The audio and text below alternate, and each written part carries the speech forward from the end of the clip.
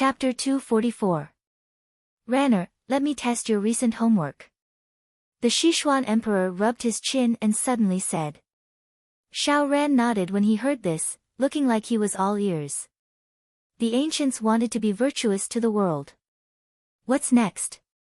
The ancients wanted to be virtuous to the world, first govern the country, to govern the country, first unify the country, to unify the country, first unify the country, to unify the country, first unify the country, to unify the country, first unify the country, to unify the country, first unify the country, to unify the country, then unify the country, to unify the country, then unify the world. Xiao Ran silently recited without hesitation. His voice was bright and clear, giving people a feeling of vitality. The Sichuan emperor nodded in satisfaction as he listened. Finally, he said, "Do you understand the meaning of this sentence?" "I do. It means that if you want to manifest your virtue to the people, you must first govern your country. If you want to govern your country well, you must first govern your home well. If you want to govern your home well, you must first perfect yourself. If you want to perfect yourself, you must correct your mentality. When your mentality is correct, you will be able to perfect yourself. When you perfect yourself, your home will be in order. When your home is in order, your country will be stable and prosperous. When your country is stable and prosperous, the world will be at peace. Imperial Father, am I right?" Xiao Ran mischievously winked at the Sichuan emperor. The Sichuan emperor couldn't help but reach out and pat his head. "Well said, Ranner. Now, you must first learn to correct your mentality and become a wise and intelligent person in the future." "Ranner understands." Xiao Ran seriously replied. "Ranner, Imperial Father wants you to understand one thing, and that is that in this world, the weak are prey to the strong. Only when you have the highest authority can you do what you want to do." Xiao Ran nodded. "I will remember." "All right, you can leave first. Imperial Father still has to deal with state affairs." Sichuan emperor affectionately patted his head. Xiao Ran immediately frowned when he heard this. "Imperial Father, you should rest first. Otherwise, no matter how strong your body is, it won't be able to withstand such fatigue if you continue to work like this." Sichuan emperor didn't think much of it. "I'm busy with state affairs, and it's an eventful time now. If I don't deal with it in time, I'm afraid that there will be a big problem. Don't worry, I'll take a break when I have time." "Yes." Knowing that it was useless for him to say anything more, Xiao Ran turned to Eunuch Chao and said, "Eunuch Chao, take good care of my Imperial Father and remind him to rest. If I find out that you didn't fulfill your duties, this prince definitely won't let you off easily." When Eunuch Chao heard Xiao Ran's words, he said in fear and trepidation, "This old servant will remember the fourth prince's instructions." Sichuan emperor chuckled. "All right, it's useless for you to threaten Chao Ji. He has been with me for so many years, and he knows my temper best. You'd better worry about your schoolwork." Xiao Ran couldn't help but sigh. With a mature look on his face, he said, "Imperial Father, you're not young anymore. Why do you always make people worry about you?" Sichuan emperor choked on his words, but in the end, he was amused. "Good boy." After Xiao Ran left the imperial study, Sichuan emperor still had a faint smile on his face. "Chao Ji, have you noticed that since half a year ago, Ranner's temperament seems to have become more lively? The way he speaks is also strange and likable. But I like this change very much." Chao Ji thought about it. Half a year ago, wasn't the fourth prince the most attentive to the King of England's mansion? There seemed to be a faint rumor that the fourth prince and the little King of England's consort had a close relationship. But Chao Ji felt that it was better not to talk about such groundless things. So he echoed, "Yes, this old servant thinks that the fourth prince is becoming more and more sensible." Sichuan emperor said with some pride, "Consort, you gave birth to a good son for me. Considerate, filial, motivated, and intelligent. I'm afraid that among these children, only Ranner really cares about me."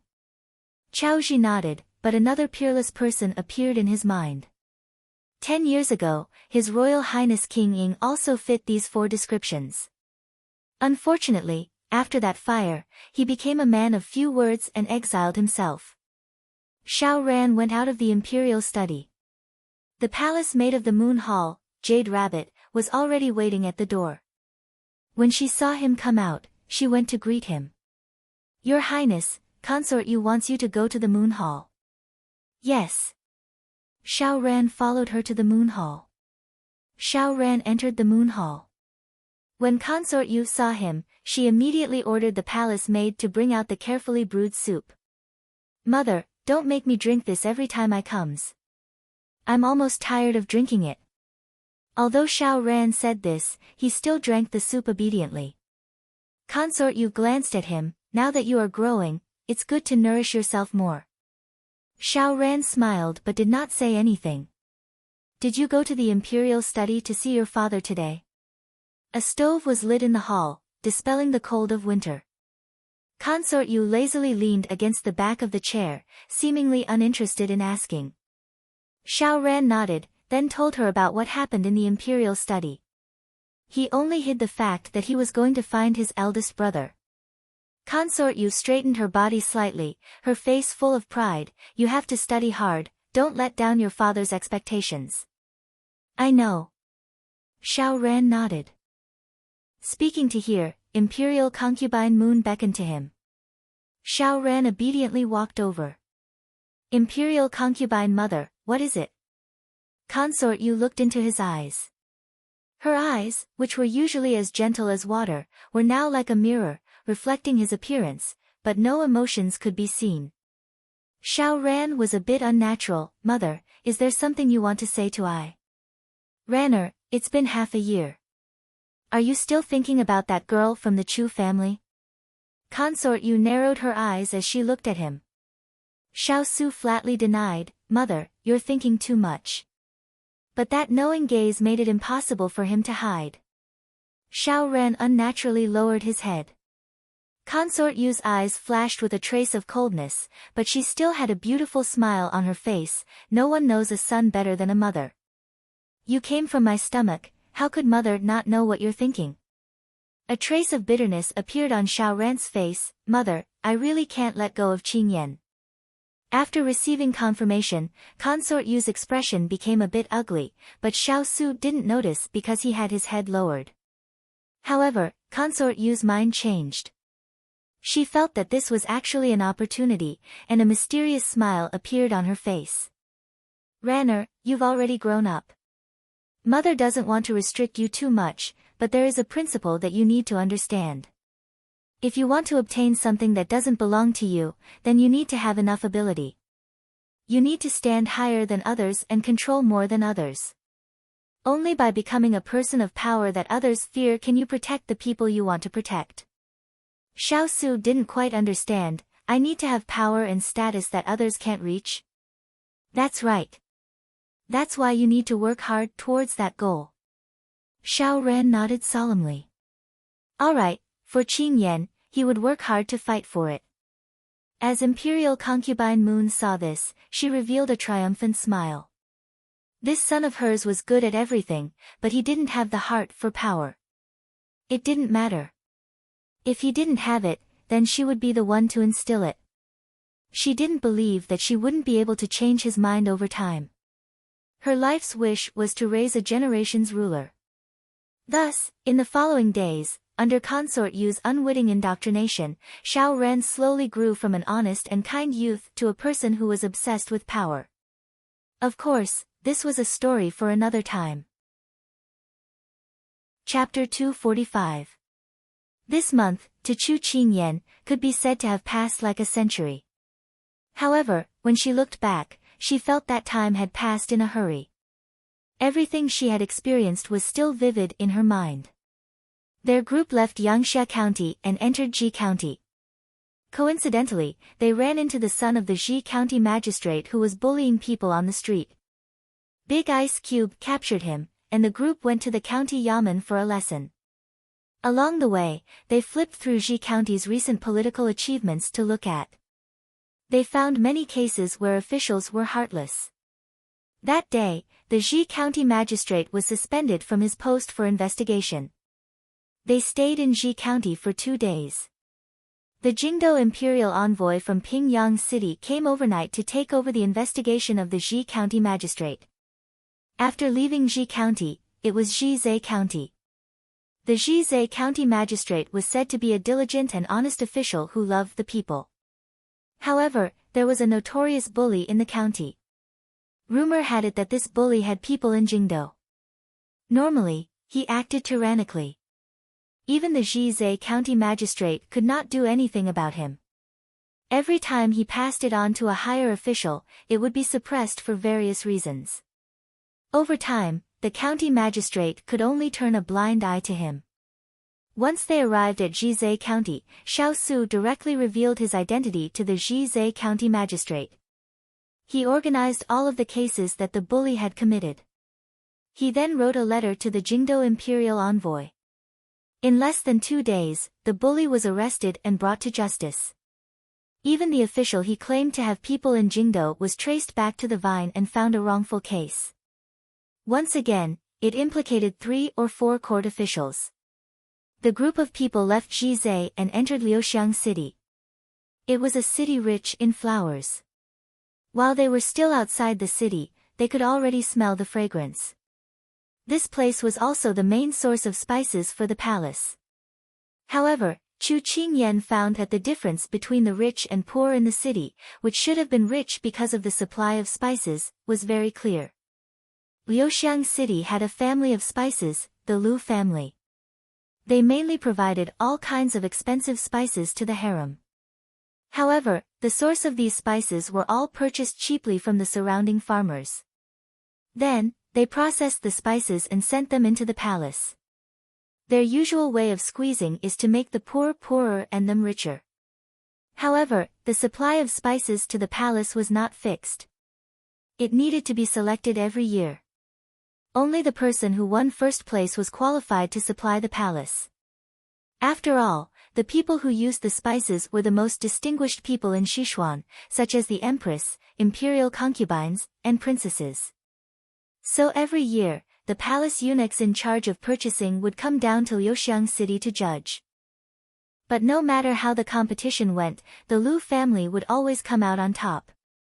Whether or not there was something fishy going on, everyone knew. However, the judges for this year's selection were not only the purchasing eunuch from the palace, but also a woman he had never seen before. That person was the wood spirit's subordinate who was most proficient in creating spices, but the purchasing eunuch claimed that she was a female official sent by the higher-ups to be in charge of purchasing. In the end, the result of the selection was that an unknown Huang family that made a living by developing spices won the competition. The Lu family refused to accept this and colluded with the purchasing eunuch to frame the Huang family. However, they were caught on the spot. At the same time, it was revealed that the Lu family and the purchasing eunuch had been in cahoots for many years, abusing their power for personal gain and other illegal activities. When they dug deeper, the results were even more shocking. As a result, a small spices selection unearthed a complete vine that was abusing their power for personal gain. Hanging on the vine were not only the spices they purchased, but also the people involved in the procurement of services and ingredients. The imperial envoy from the capital followed, organizing these matters into memorials and sending them to the capital. The Sichuan emperor was once again enraged. For a time, a great purge began in the imperial harem. It was said that the maternal families of many imperial concubines were also involved. Immediately, everyone in the palace felt insecure. The imperial envoy sent from Jingdo also complained repeatedly. Before he could finish handling one case, other cases had already come one after another. He was already in a terrible fix. It was said that his head of hair had almost been pulled out by him. On the way north, he punished corrupt officials and dug out the malignant tumors buried deep under the people's livelihood.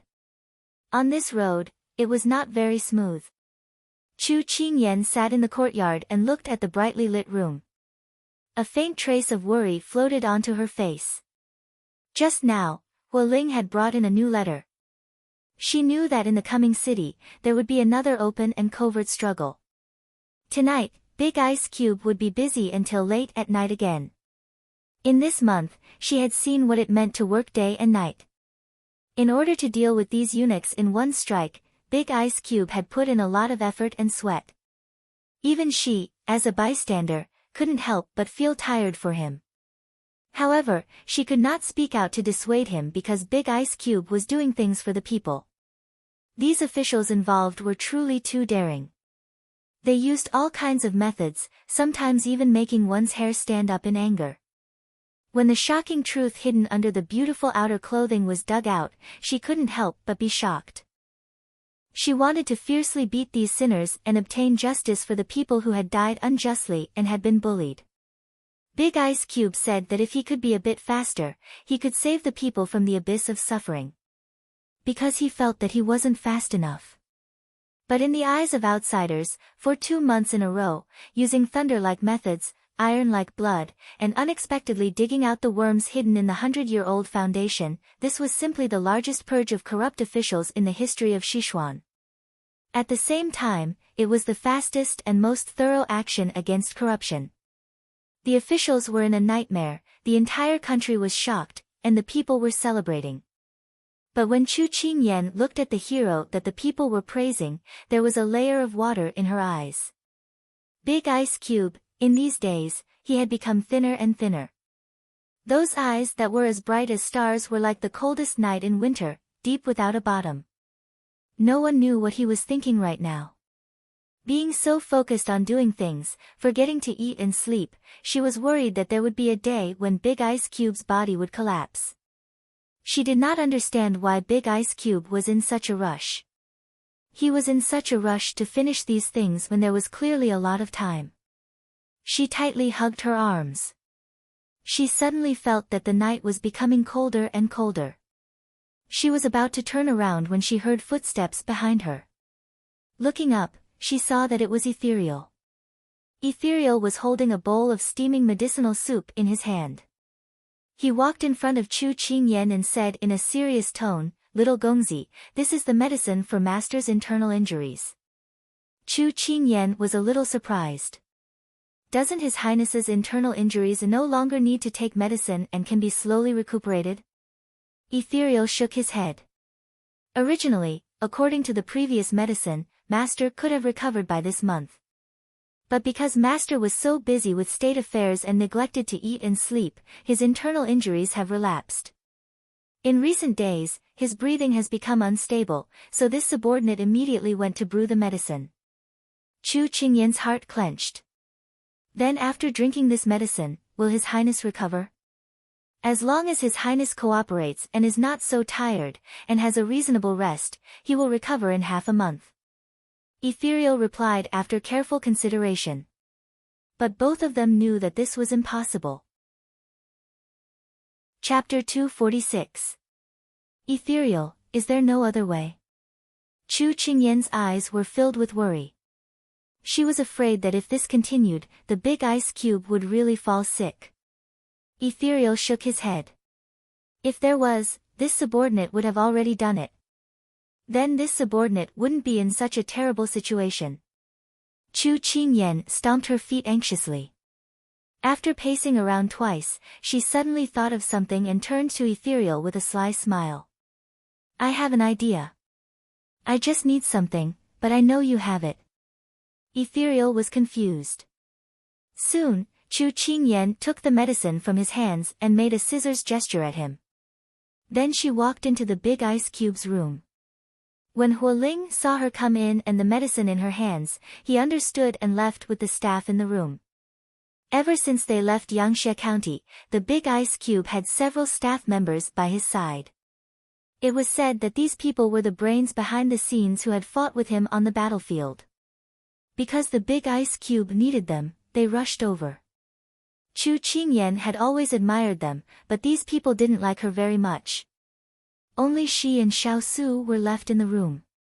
The skinny figure was frowning as he wrote something under the candlelight. Chu Qingyan walked to his side with a bowl of medicine and said, "Take a rest first."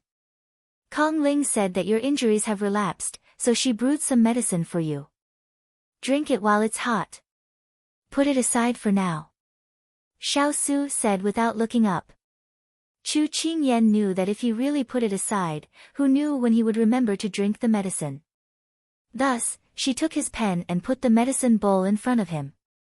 She insisted, drink it first. You can do other things later. Your health is most important. Qingyan. Don't mess around. Xiao Su's face stiffened as if he was about to get angry. Big Ice Cube rarely lost his temper at her, and it was the first time he yelled at her so harshly. Her anger was a little weak, but when she saw that he hadn't rested well recently, and that there were faint green circles under his eyes, her tone immediately rose. You're the one who's messing around. In the past, when I was sick and injured, you told me that nothing was more important than my health and that I had to take my medicine on time. What about now? Not only did he ruin his own body, but he also refused to take any medicine. Was this the same as allowing the magistrate to do whatever he wanted but not allowing the commoners to do whatever they wanted? How can you be so overbearing? At the end of her speech, her voice was already sobbing. Xiao Su's anger, which had been stirred up because of his recent irritation, was extinguished by her tearful cries. In the end, he compromised. He took the bowl of soup from her hand and drank the medicine in one gulp. All right, you can rest assured. This prince did not forbid a commoner like you from lighting the lanterns. Xiao Su returned the empty bowl to her. Chu Qingyan saw that he was so obedient and her heart let out a sigh of relief. She checked the bowl and found that there really was not a single drop left. Then you can return the pen to this king now. Xiao Su spread out his hand with a helpless look in his eyes. It was a pity that what was in his hand was not a pen, but rather a pair of chopsticks. Xiao Su knit his brows. Qingyan, this king has already drunk the medicine, so you should return the pen. Did I say that I should give you the pen after you drank the medicine? Chu Qingyan blinked at him with an innocent expression. You. Xiao Su face-bombed. How could there be such a shameless person? But he really did not know what to do with her. Huang Yi, serve the dishes. Chu Qingyan did not care about his reproachful gaze as she clapped her hands and called out. He saw Huang Yi bring in a row of servants, all of them carrying exquisite dishes. They filled the table and then left in an orderly manner. Chu Qingyan turned to look at him with a smile. Big Ice Cube, everything is ready. You only owe me two. This king isn't hungry. Xiao Su picked up another account book to check, as if he was no longer angry at her for taking the pen. Chu Qingyan was not angry at his rejection and shrugged. I haven't eaten dinner yet, but I'm not hungry either. It's a pity that these dishes are wasted. Before she could finish speaking, she felt a gust of wind pass by her. She turned around and saw that the person who said he wasn't hungry was already sitting at the table. Chu Qingyan's eyes flashed with a smug smile. Then she strode over and sat down beside him. Come, come. I heard that this sea bass is a local specialty.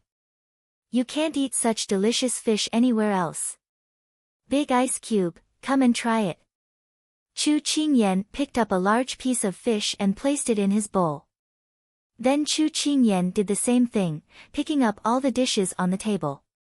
Soon, the bowl in front of Xiao Su was piled up like a mountain. Xiao Su was very helpless towards her methods, but after eating, he also felt that his stomach was empty. He no longer resisted the little fellow's thoughts and ate in peace. Seeing that the big ice cube was focused on eating, Chu Qingyan felt that she had finally achieved her goal and her heart relaxed. Very quickly, the meal was finished. Xiao Su stood up to return to the table, but just as he was about to move, he was pulled back. What kind of evil idea do you have now? No one could hear the doting and helpless tone in his voice. Haven't you heard of the saying, walk 100 steps after a meal and live to 99 years old? You just finished eating, how can you sit down so quickly? So, Chu Qingyan's water spirit eyes rippled with layers of smiles. Let's go for a walk. Xiao Su completely understood her thoughts. It seemed that she didn't intend to let him have a peaceful night. But even though he knew this, he still compromised once again. Outside, Chu Qingyan asked him to take her to the back of the mountain. Xiao Su didn't have any objections. He held her waist and flew through the forest. Soon, they landed on the top of the mountain. What a beautiful night. As soon as her feet touched the ground, Chu Qingyan couldn't help but exclaim.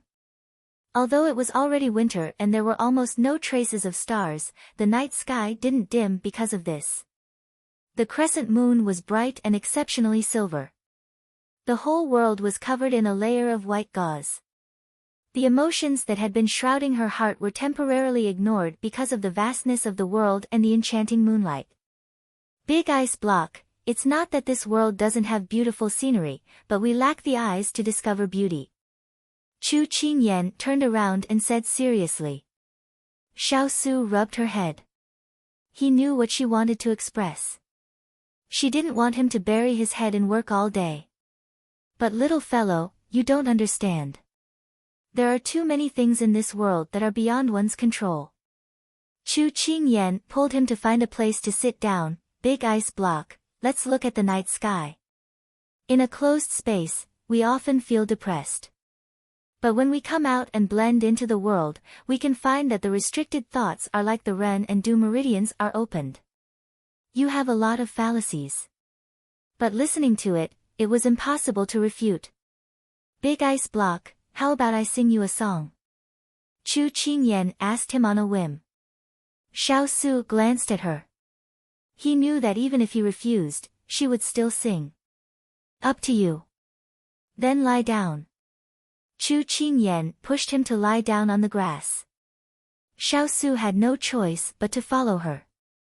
When the two of them used the ground as their bed and the sky as their scenery, a clear and pure song sounded in his ears. Chapter 247. Twinkle, twinkle, twinkle, the sky is full of little stars, hanging in the sky and shining, like millions of little eyes. Once summer passed, the thousands of stars disappeared. At this time, there were no clouds for thousands of miles, and the moon was in the sky. The breeze blew gently, and on the ground, flowers and plants swayed in the wind.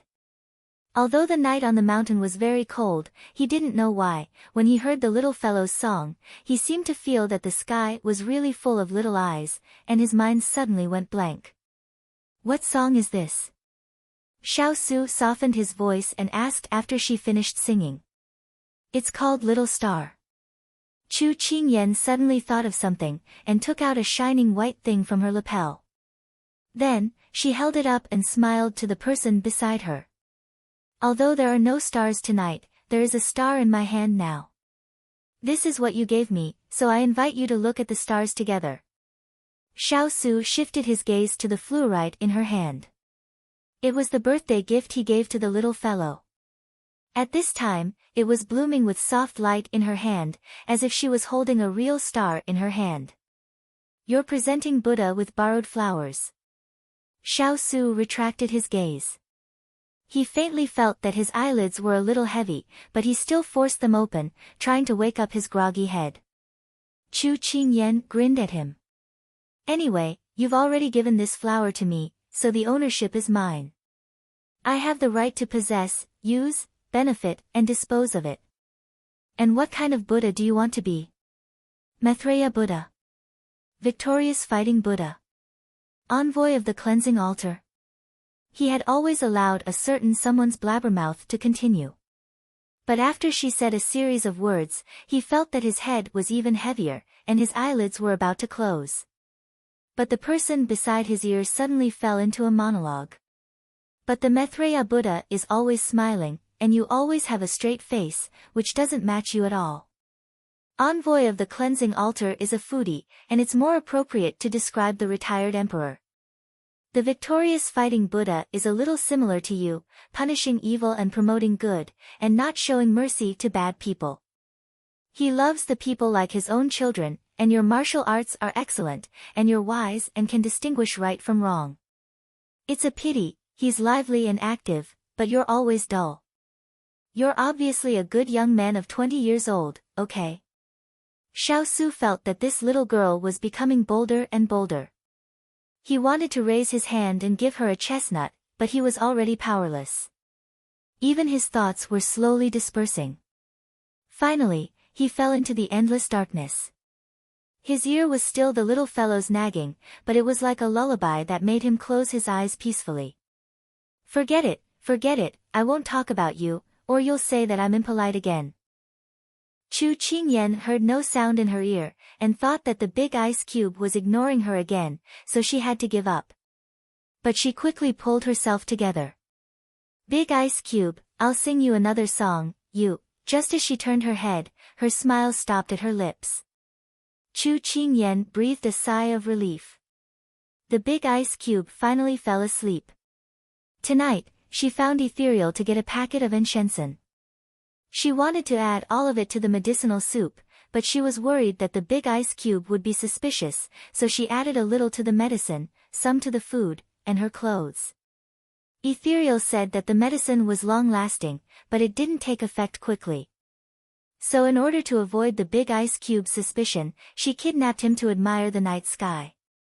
She helped him tidy his clothes, then sat up, hugged her knees, and leaned against his side. Her expression was not as happy as before. Big ice cube, although you're asleep, there's a song that I've always wanted to sing to you. It's good that you're asleep. With a smile on her lips, Chu Qingyan's gaze fell on the person beside her. The silver mask emitted a soft silver light under the moonlight. The lively song sounded again in the mountains.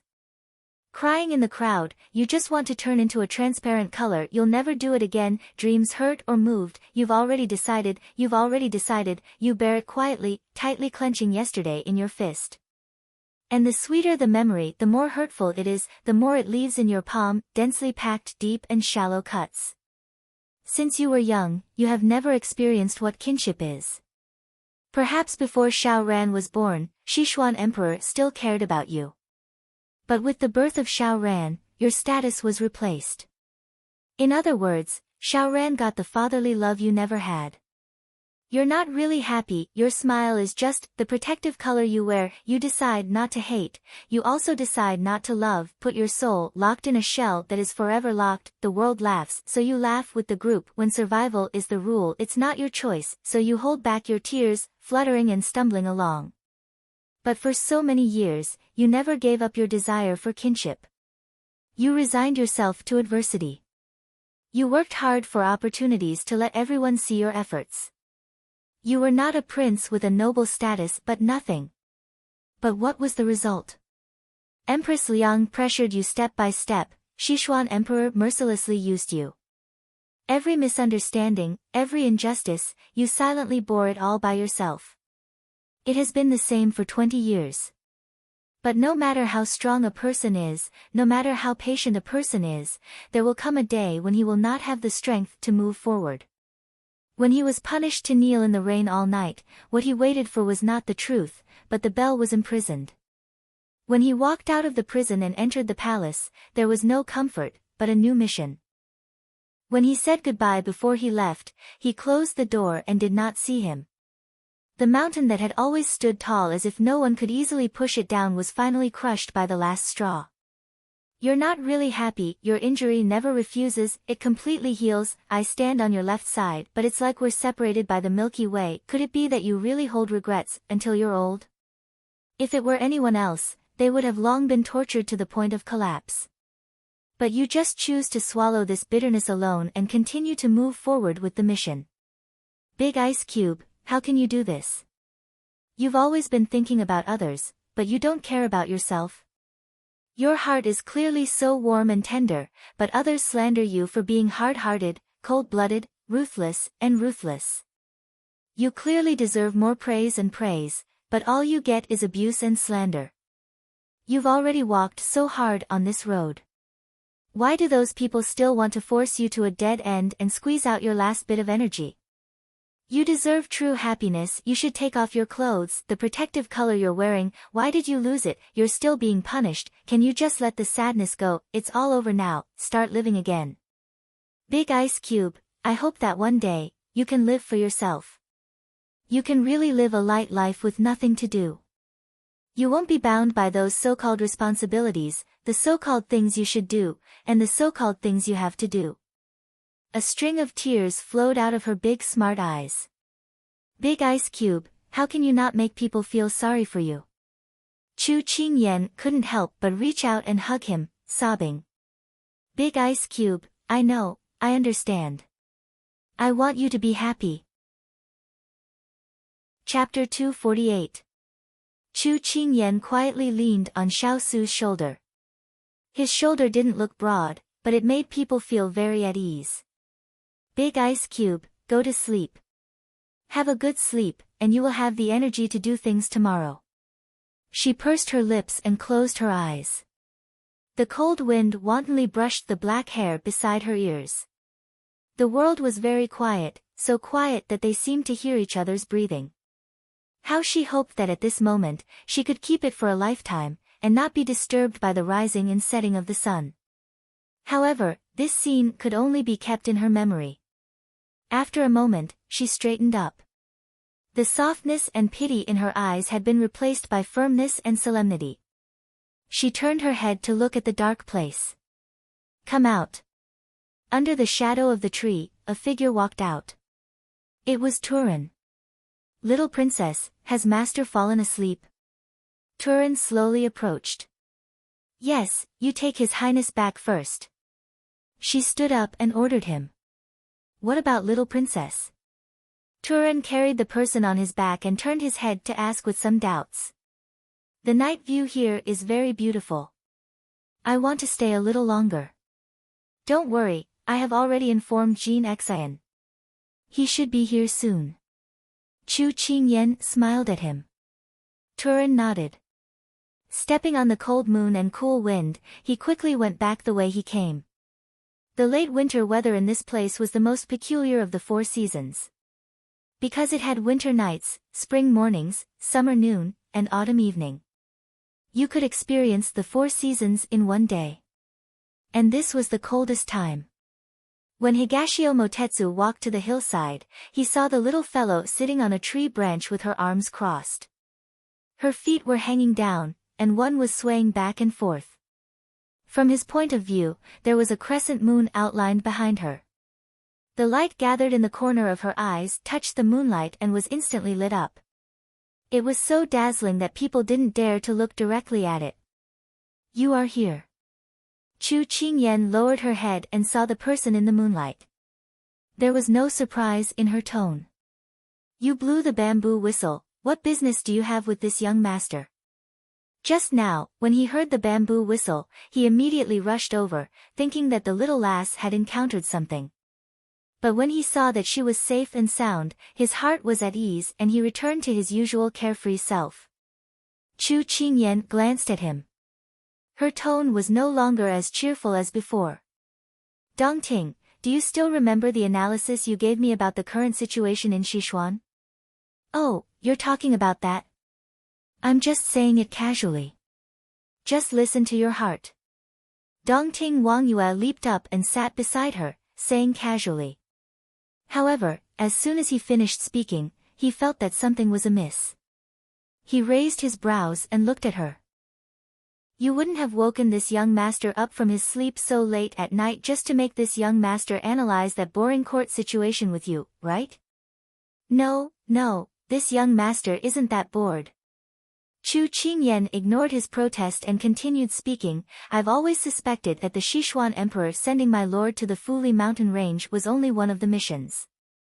There were other missions as well. However, my lord has never revealed anything. I've been looking for it this entire time. It's normal to have a secret mission. Don't think too much about it. Higashio Motetsu leaned against the tree trunk and closed his eyes to rest. It's not that I'm thinking too much. It's just that I subconsciously feel that this secret mission will cause great harm to my lord. The worry in Chu Qingyan's words made Higashio Motetsu open one eye. So. Before, I didn't have a clue. But now, I think I know what this secret mission is. Chu Qingyan didn't say anything conclusive, but she felt that her guess was not far from the truth. What is it? Higashio Motetsu didn't care at first, but it was rare to see the little girl so serious. He couldn't help but sit up straight and listen attentively. Chu Qingyan raised her head to look at the bright moon. Her voice was a little sad and she was gnashing her teeth. Purge the vermin and clean up the atmosphere. Higashio Motetsu frowned in disbelief. Are you sure? Chu Qingyan didn't say anything and nodded. Tonight, when she sent the medicine into the meeting room, she saw a map placed on the corner of the table. It was a map of the entire Sichuan Empire. This was not surprising. But what surprised her was that on the map, with the capital as the starting point, the red line extended and circled the places they had visited in the past few days. But this was not the main point. What caught her attention the most was that on the route to Fuli Mountain, there were many surrounding counties and towns. But they didn't need to pass through these places at all. In other words, the places they had been through during this time were not on the route to Fuli Mountain. Instead, they had been taking detours and wandering around the towns. Why? They could have reached Fuli Mountain directly.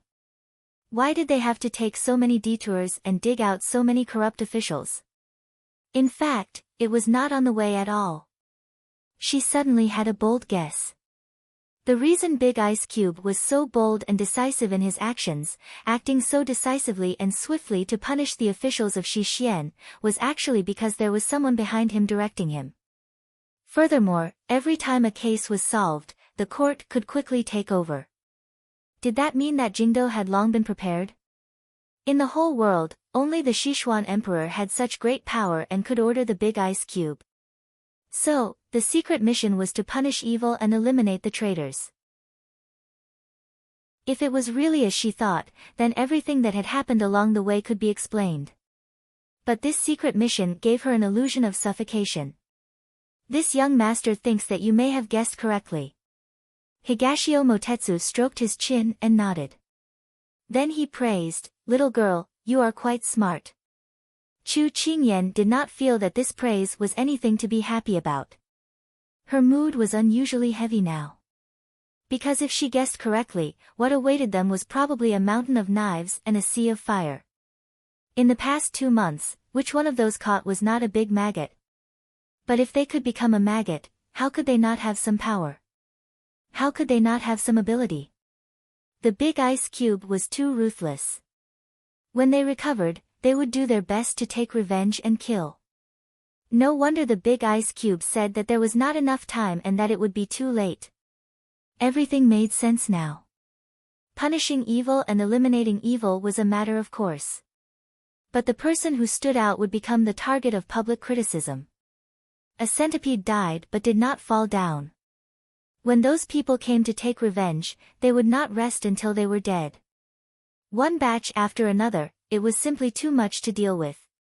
And the person who caused all this would enjoy the fruits of the Big Ice Cube's hard work and could sit back and relax.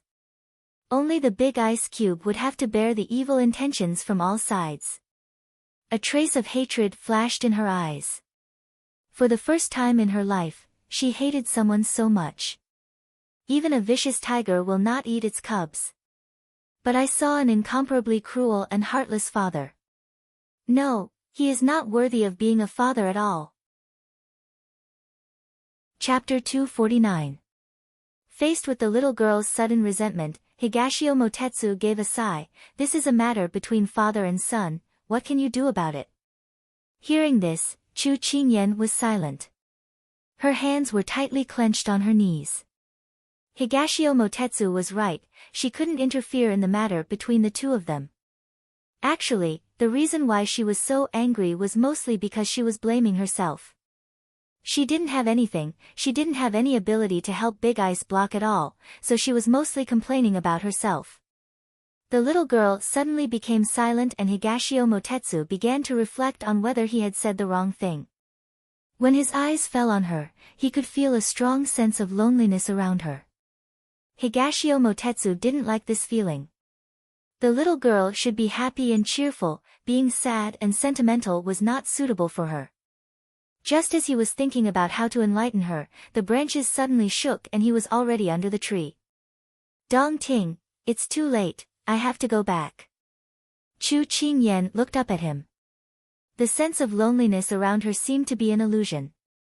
Why did you come looking for this young master tonight? Don't you have a lot of people around you? Higashio Motetsu looked at her with bright eyes, successfully making her stay. Chu Qingyan tilted her head and thought for a bit before revealing a smile. Perhaps it's easier to talk to you about this. Although she got along well with Huoling and the others, she felt that she had yet to enter their circle. If there was a day when Big Ice Block was no longer around, then their circle would exclude her. And the person in front of her gave off a feeling of being both good and evil, making it hard for her to see through him. But sometimes she felt that he was worthy of her trust. The people below him didn't hide their trust in him, and the half-defeated smile on their faces made Higashio Motetsu's heart tremble. When he came back to his senses, she had already walked far away. He looked at the petite figure that was getting further and further away, and a complicated look appeared in his eyes. This was the first time he had played the role of eavesdropper, and this feeling was unexpectedly heartwarming. If it were other girls at her age, they would be thinking about rouge, face powder, or pretty clothes.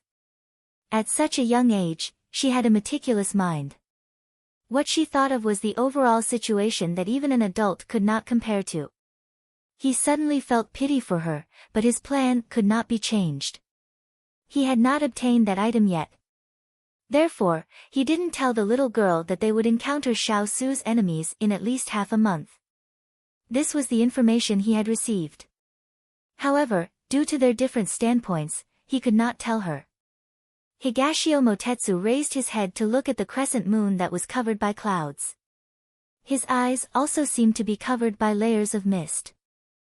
A handsome young man who was both righteous and evil, as clear as a jade tree facing the wind. When Chu Qingyan walked out of the back of the mountain, there was already a figure standing upright under the tree in front of her. It seemed that he had been waiting for a long time. Master. When Jin Xian saw the person walking towards them under the moonlight, he bowed his head in greeting. Jin Xian, do you have anything you want to ask me? Chu Qingyan stood in front of him and looked at him as she asked. Jin Xian raised his head and said seriously, what does Master want Jin Xian to ask? Chu Qingyan choked. She originally thought that he would have doubts about her purpose of staying here alone. Unfortunately, she had underestimated him. When she looked into his eyes, she realized that this person actually knew what to ask and what not to ask. It's nothing, I was just asking. She said half-heartedly. When Jin Xian heard this, he did not ask any more questions. How's your martial arts now? As the two of them walked back, Chu Qingyan asked again. If she remembered correctly, when they were in the dungeon, she found out that he knew martial arts. But when they were in the dungeon, there was no place for him to use his martial arts, so she never had a chance to see his martial arts. She suddenly thought of it tonight, so she casually asked. It's no problem for one person to deal with 10 normal large men. Jin Xian considered it before replying. Chu Qingyan's eyes lit up. It seemed like she had picked up a treasure. Have you competed with Huoling before? She asked again. I won't lose within 30 moves against Huoling, and Turan won within 20 moves. Jin Xian thought about how Huoling and the others had dragged him to the devil's training, and his expression slightly changed. However, it had to be said that the reason why he could improve so quickly was because of their training. Chu Qingyan did not notice the change in Jin Xian's expression and felt a bit happy. Big Ice Cube had said before that Huoling and Turan were the strongest out of the fierce cavalry, and he had personally taught them. If Jin Xian could exchange so many moves with them without losing, then at least when there was danger, with Jin Xian here, she would not be a burden to Big Ice Cube. Alright, continue to work hard. Chu Qingyan was naturally referring to Huoling and the others' training. Yes.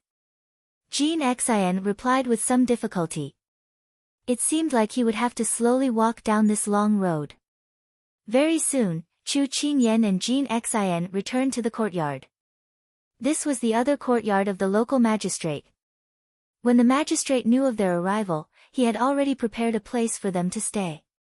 No one declined as they moved in. It was easy to invite Buddha but hard to send Buddha away. At this time, Big Ice Cube's table was filled with the achievements of the county in recent years. If the magistrate wanted to use flattery to make Big Ice Cube go easy on them, it would be impossible. When they passed through the corridor, there were rows of guards patrolling. When she walked to the door of Big Ice Cube's room, Hualing was personally guarding the door. Little Princess Fei. Hualing bowed to her. Has His Highness already fallen asleep? Chu Qingyan stopped in front of him and asked in a low voice. He's already asleep, Hualing nodded and said with a grateful expression, many thanks to little Princess Fei for helping out this time. Otherwise, Master would have to stay up all night to deal with official matters. You're too polite.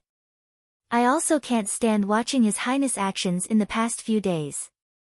I just hope that he doesn't find that I drugged him when he wakes up, otherwise, she shook her head.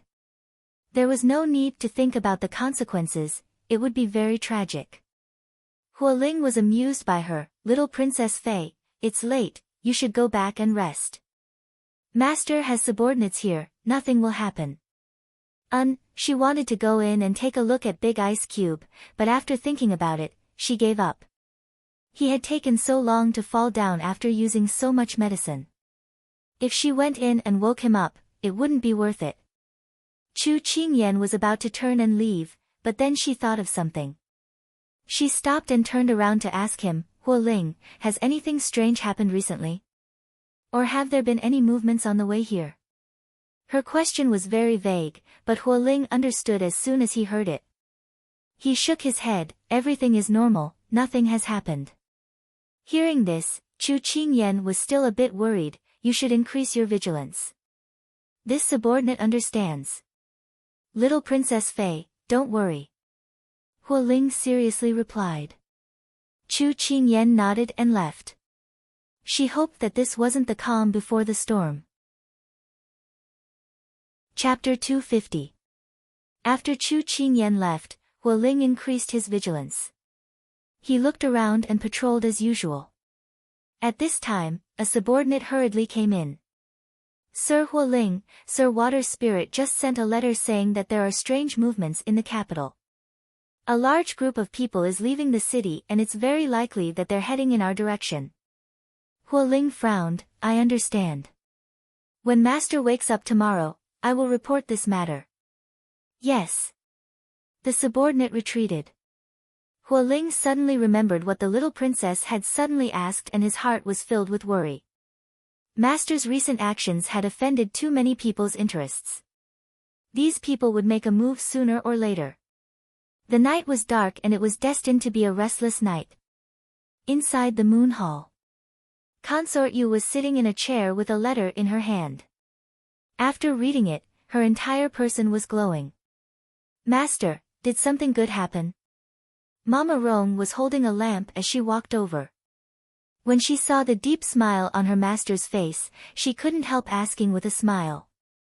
Consort Yu casually folded the letter and turned to smile at her with a raised brow. The letter just came saying that our people have arrived and the people Lu Shi sent to kill Xiao Su are already on their way. Also, it's not just these two groups of people. It should be said that the people who have grudges against Xiao Su have already begun to gather. Nyang nyang, this really is good news. Mama Rong clapped her hands, like this, even if the King of England has wings, he won't be able to escape. Imperial concubine Moon gracefully stood up. The thin tassels on her waist touched each other, emitting a clear and melodious sound. Her lips curled up in a cold smile, like a cruel blade. In the past, Xiao Su had the fierce storm cavalry in his hands and no one could touch him. But now, with so many enemies, even if they take turns fighting him, the fierce storm cavalry will be exhausted sooner or later. Then, now that the last barrier has been broken, what ability does Xiao Su have left to fight against these death warriors and assassins? Consort Yu raised her hand and stroked her fingertips. A blood-red light was reflected in her eyes, and a trace of killing intent flashed past her eyes.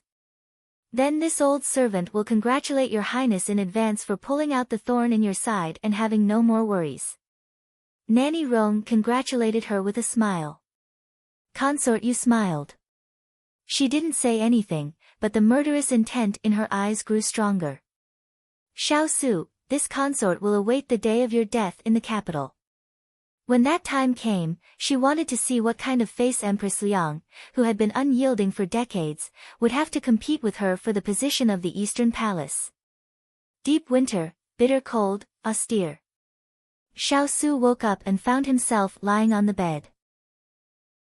He carefully recalled everything that had happened last night and finally got up with a frown. Big Ice Cube, you're awake. Hurry up and wash up.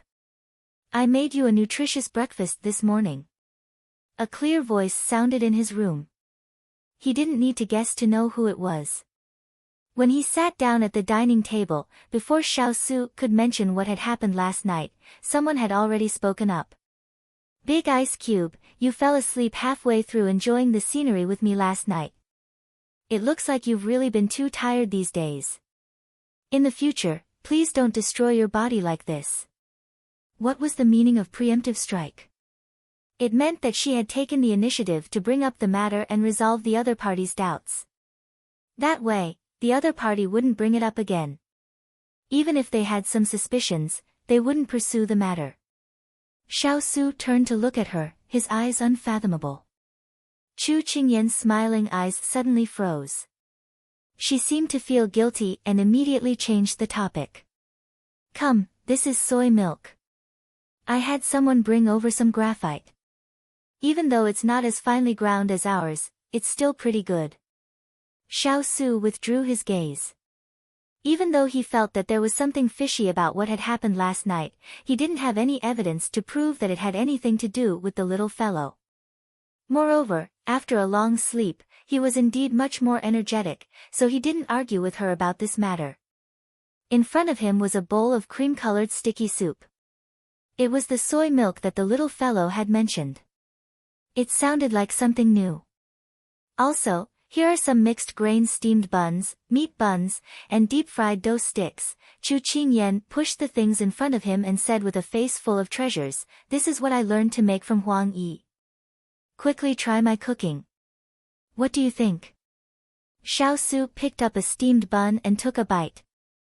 The texture was not bad. Facing the little fellow who was waiting for his praise, he didn't satisfy her wishes. Instead, he said lightly, in the future, you can leave these things to Huang Yi. You don't have to do it yourself. Without waiting for his praise, Chu Qingyan felt a little frustrated. I don't have anything to do usually. Now you want to deprive me of my hobbies. Isn't that too cruel? Don't have anything to do. Xiao Su raised his voice slightly. Chu Qingyan suddenly felt a little guilty. You know how to play the zither, go, calligraphy, and painting? Xiao Su looked at her indifferently. The skills learned by a lady from a noble family, I'm just a country girl. There's no need for that. She immediately waved her hand. When they were in the capital, Big Ice Cube hired a music workshop teacher to teach her how to play the zither. 3 days later, her fingers were bandaged like carrots. After Big Ice Cube knew about it, he dismissed the teacher. Chess, calligraphy, and painting, she occasionally learned a little from Big Ice Cube. However, during that time, they didn't have much peace in the capital, so she didn't learn it for a long time. Looking at the little fellow's frightened expression, Xiao Su's eyes flashed with a slight smile. Then go practice martial arts with Turin and the others. Chu Qingyan shook her head and said awkwardly, Turin and the others are responsible for guarding the road. It's already hard enough. I don't want to cause trouble for them. Xiao Su knew that she was just making excuses. However, just as she didn't like it and didn't care, he wouldn't really force her to do anything. Then what do you want to do? You're always saying that you're bored and that there's grass growing on your head. If this prince hears you say that again, this prince will throw you to Turin. Practice martial arts and sword, and don't bargain. So fierce? Chu Qingyan thought for a moment, then raised her hand and said, I have something I want to do. Speak. I want to be your temporary housekeeper. Chu Qingyan giggled. Nonsense. Xiao Su immediately rejected. Big Ice Cube, how can you be so stupid? Why can't I be your housekeeper? You have to give me a reason. Otherwise, I won't accept it. Chu Qingyan protested. What can you do? Xiao Su was very doubtful of her ability. As soon as her voice fell, she lightly pursed her red lips, revealing her shallow dimples. I can supervise you to eat, drink medicine, and rest. I'll be like a timer or a memo. When you forget to eat and sleep, I'll remind you on time what to do. How about it? I'm very intelligent. Only then did Xiao Su realize that she had been beating around the bush for so long because she wanted to change her way of taking care of him. He was a little moved. Clearly, the little fellow should be enjoying the care of her parents in a greenhouse, but she had to suffer the hardship of being homeless with him. He suddenly felt that he owed her. Xiao Su was silent for a moment. Just as he was about to speak to her, the sound of urgent footsteps sounded. Chapter 251. The two of them looked at the door at the same time and saw Hualing walk in with a serious expression. He walked in front of his master. Master, the guards that were patrolling outside were attacked by unknown black-clothed people. Although there were no casualties, this matter is a warning to us. I'm afraid there are still many enemies hiding in the dark. Xiao Su's cold eyes turned to the side with a serious expression. Hualing had already passed on Water Spirit's message to him this morning. He had guessed that what should come, would come. It was just that it came a bit earlier than he expected. Strengthen the guards and find out where these people came from. Xiao Su's lips were cold as he pursed them into a line. Yes. Hualing responded. Hualing seemed to have just thought of something. Master, do you want to delay tomorrow's trip? No, everything will be as usual. Xiao Su calmly said. Yes, this subordinate will arrange it now. Hualing retreated.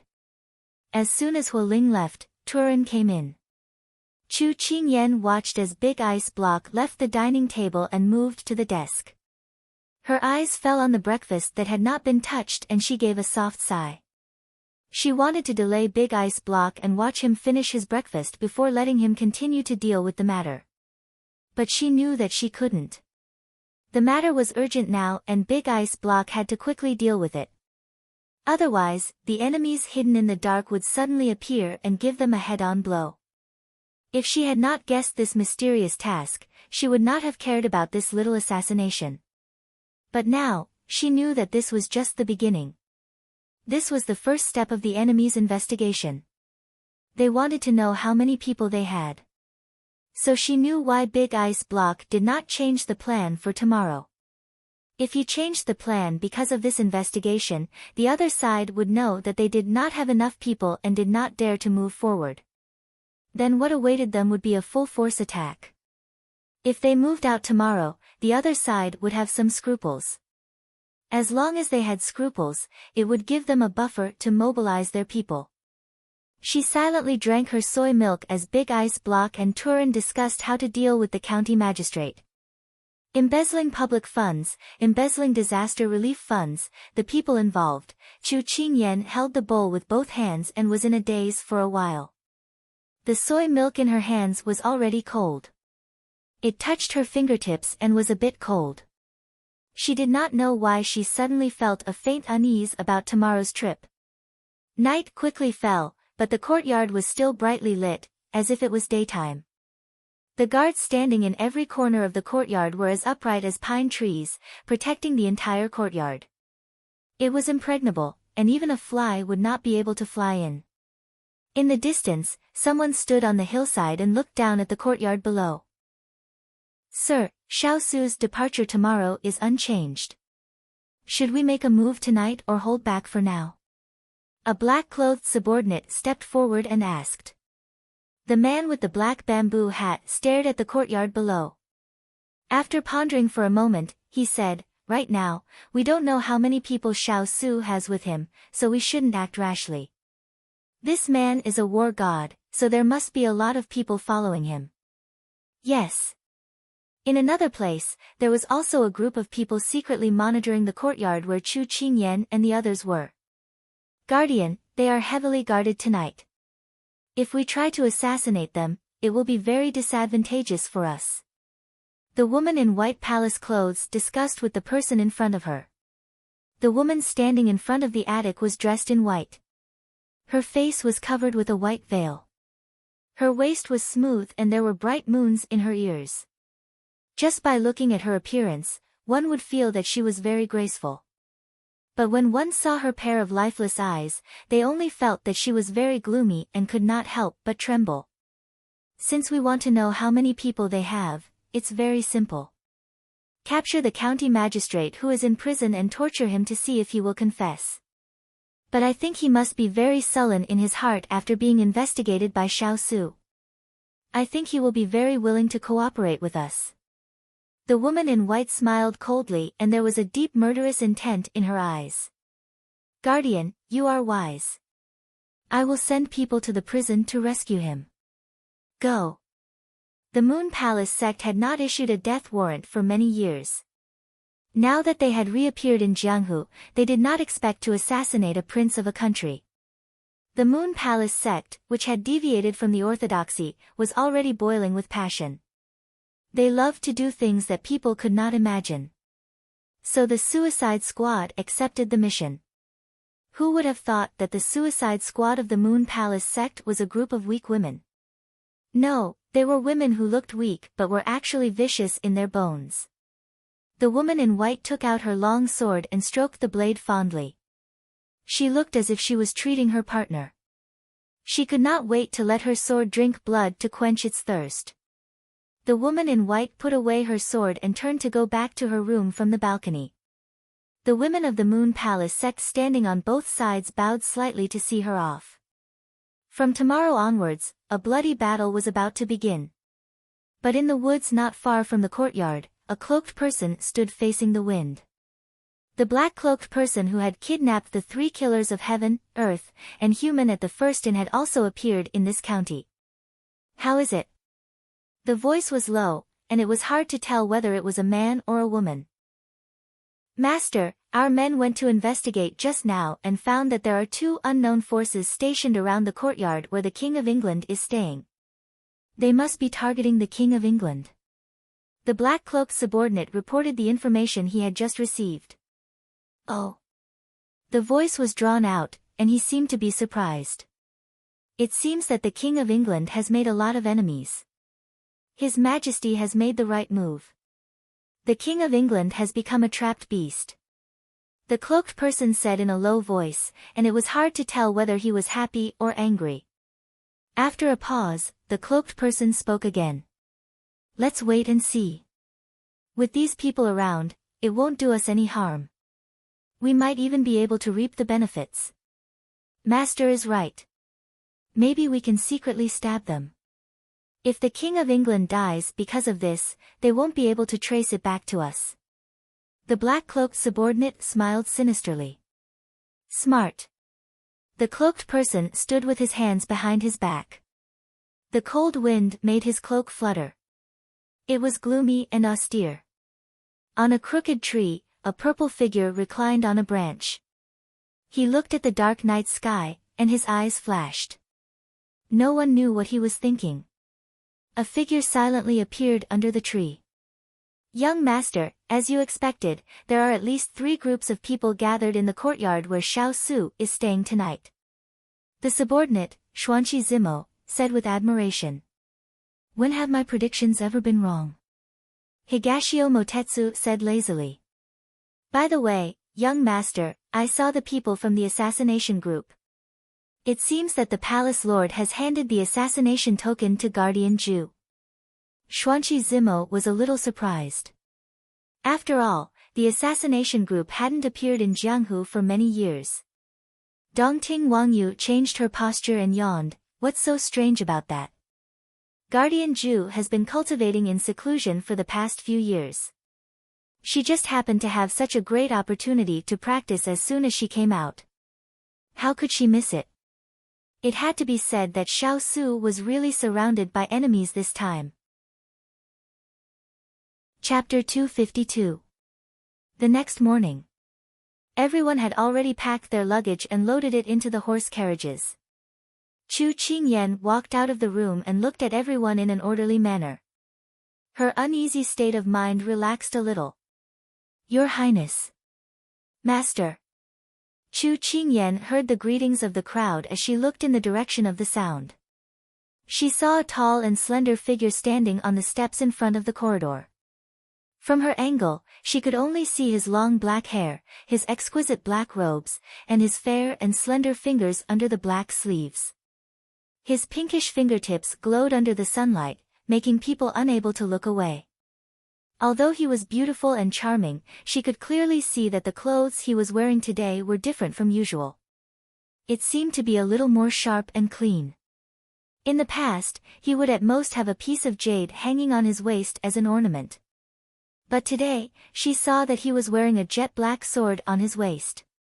It was as if a sword was meant to be placed in that position. Xiao Su felt her gaze and turned to look at her. Qingyan, come here. Chu Qingyan returned to her senses and saw that Big Ice Cube's gaze had landed on her. She immediately walked over. Big Ice Cube, why did you call me? Xiao Su looked at her deeply. She did not understand the meaning behind his gaze. Then she heard him say, this prince will be handling a lot of official business in the horse carriage today. In order to prevent your presence from disturbing this prince has asked Qing Yi to prepare another horse carriage for you. What? Disturbing? Chu Qingyan thought she must have heard wrongly. Usually, she would jump around in the horse carriage for so long, but this Big Ice Cube never said anything. Why did he suddenly chase her out of the horse carriage today? She was about to open her mouth to refute, but Xiao Su had already raised his hand to stop her. This matter is settled. This prince will not change his mind. If you need anything on the road, feel free to ask Huang Yi, Qing Yi, and the others. When his voice fell, Xiao Su was already on the large horse carriage that the two of them usually sat in. Chu Qingyan looked at the curtain that had just fallen and felt a bit depressed. Such a spacious horse carriage, it was too big for 5 or 6 people. Why did Big Ice Cube suddenly make this decision? No, she had to ask clearly. But when she walked to the horse carriage, she was stopped by Huoling. Huoling, what are you doing? Chu Qingyan raised an eyebrow. Huoling's expression was a bit troubled, but when he looked at the horse carriage, he immediately said with a straight face, Little Princess Fei, this is master's orders, this subordinate can only follow orders. Chu Qingyan felt something wasn't right when she heard this. She suppressed the unhappiness and grievance in her heart. She wanted to find some clues from Big Ice Cube's strange actions today, but no matter how hard she thought, she could not figure out what Big Ice Cube's arrangement meant. And at this time, another horse carriage came to her side. Qing Yi jumped off the horse carriage and bowed to her before saying, Little Gongzi, please get on the horse carriage. Chu Qingyan looked at Huoling and then looked at the silent horse carriage. She could only stomp her feet before jumping onto Qing Yi's horse carriage. When everyone was on the horse carriage, it started to move.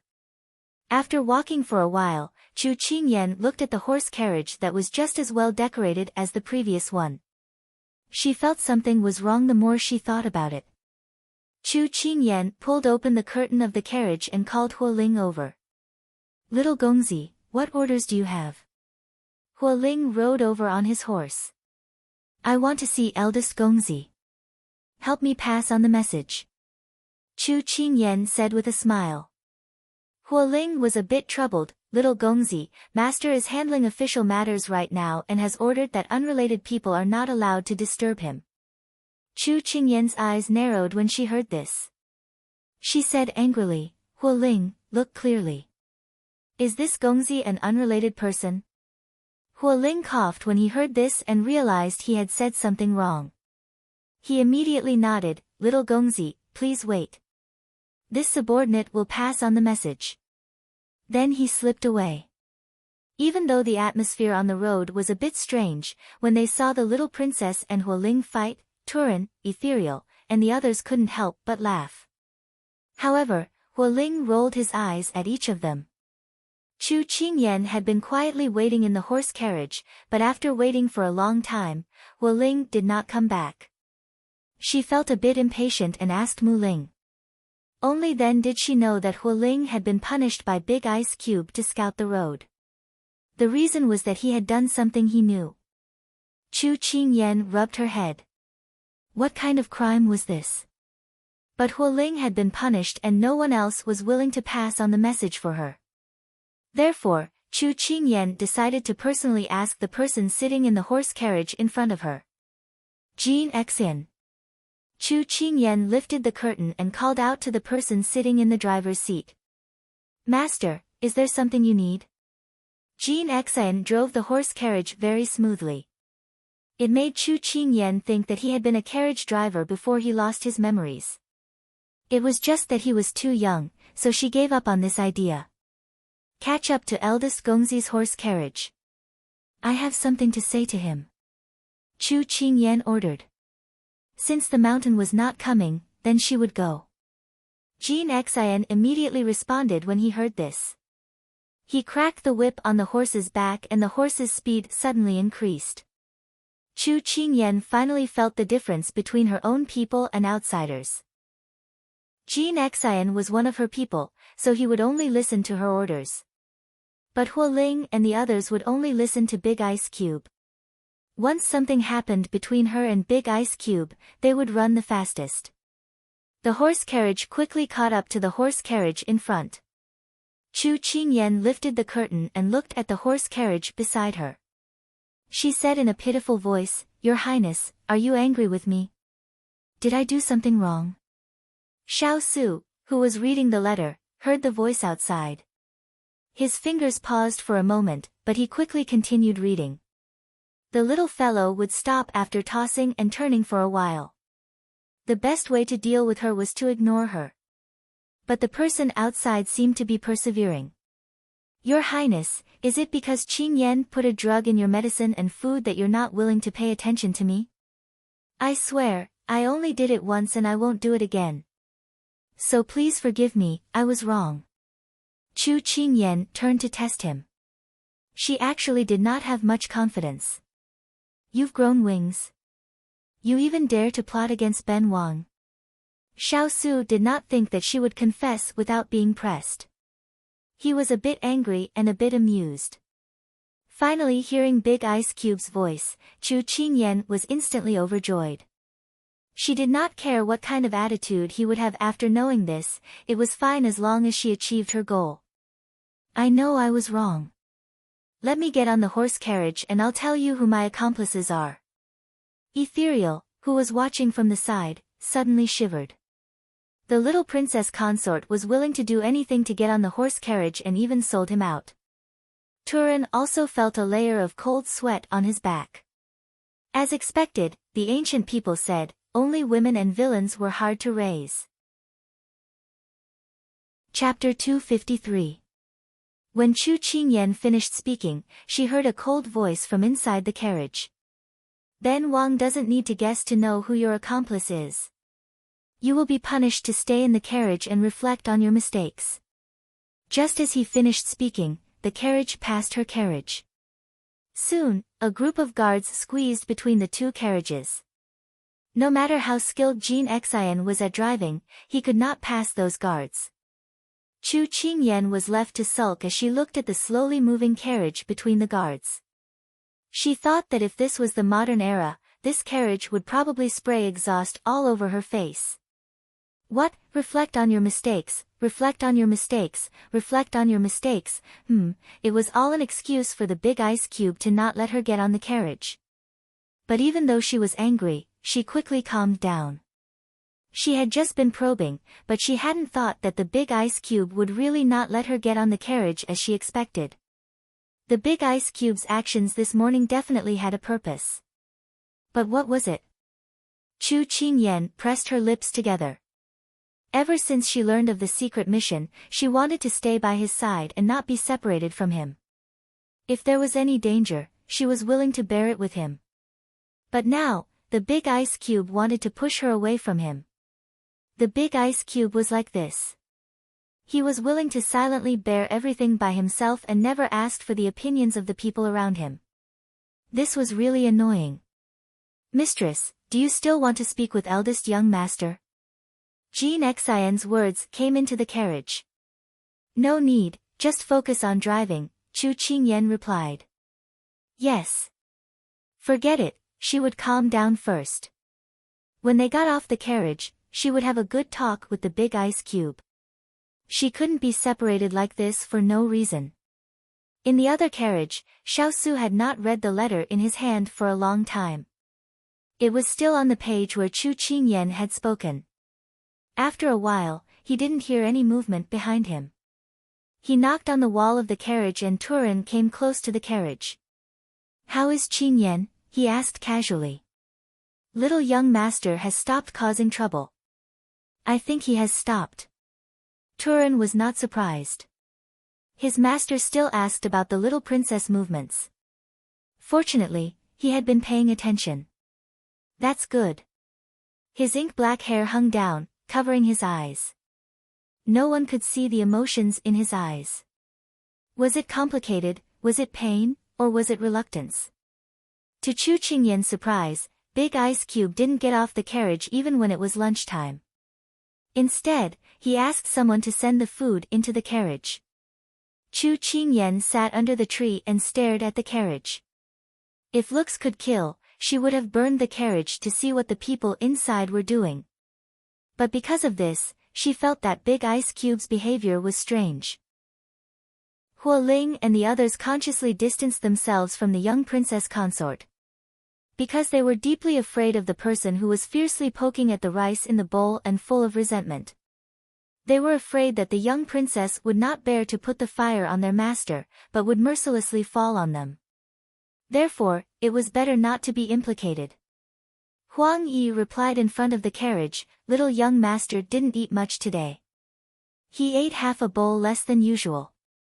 He didn't even look at his favorite rujiamo. And, maybe he will say he's hungry on the way. Prepare the pastries that he usually likes to eat in case he needs them." Xiaosu said calmly.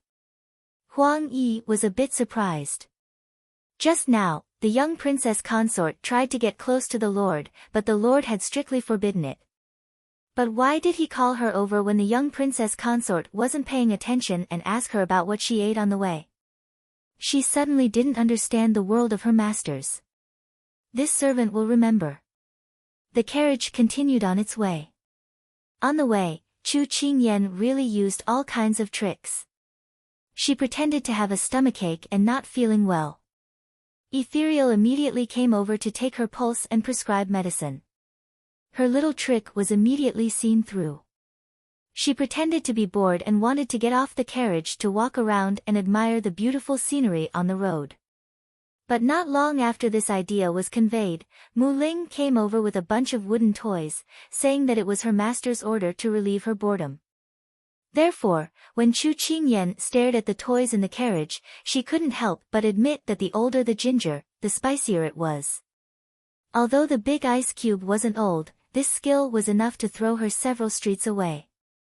It was just that he didn't show it normally, or rather, he never showed it to her. It seemed that pretending to cry wouldn't work. Later, she would definitely have Lve bring a brocade handkerchief or something. Of course, it would be for her to wipe her tears. After one plan failed, another came up. But the people in front dealt with each move as they came up with it, while the people around them watched the show without feeling bored. Therefore, on the way, everyone suppressed their laughter as they listened to the young princess consort's carriage come up with all kinds of wicked ideas. Their lord calmly dealt with them, then the young princess consort's plan was broken and she rolled around in the carriage. Finally, she pulled herself together and the cycle repeated. Time passed little by little like this. Huo Ling, who had been scouting ahead, came back. Reporting to master, there is a tea house 3 li ahead. After the tea house, it will be the wilderness. I'm afraid it won't be easy to find a place to rest. Should we rest first before continuing? All right, send out the order to get ready to rest. Xiaosu calmly said. Huo Ling accepted the order and left. When Chu Qingyan learned that they were going to get off the carriage to rest, she refused. Because on the way here, the big ice cube had successfully crushed the intelligence that she was so proud of. But in the end, she still got up and got off the carriage. After all, how could she let go of this opportunity to question the big ice cube without using a single soldier? When she got off the carriage, she saw the tall and handsome figure standing next to the carriage. Chu Qingyan felt a bit embarrassed and walked right past him. If the big ice cube called out to her, she would talk to him. Otherwise, this girl wouldn't take the initiative. But when she slowly walked far away, the big ice cube still did not speak. Chu Qingyan was instantly filled with anger.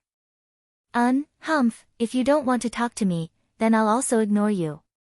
I'll also be cold for once. Miss, do you want some tea? A waiter came forward to greet her. Anything is fine. Chu Qingyan was feeling irritated, so she casually replied. Then she found a place to sit down. She never thought that this place would be so remote, but there would be quite a few guests.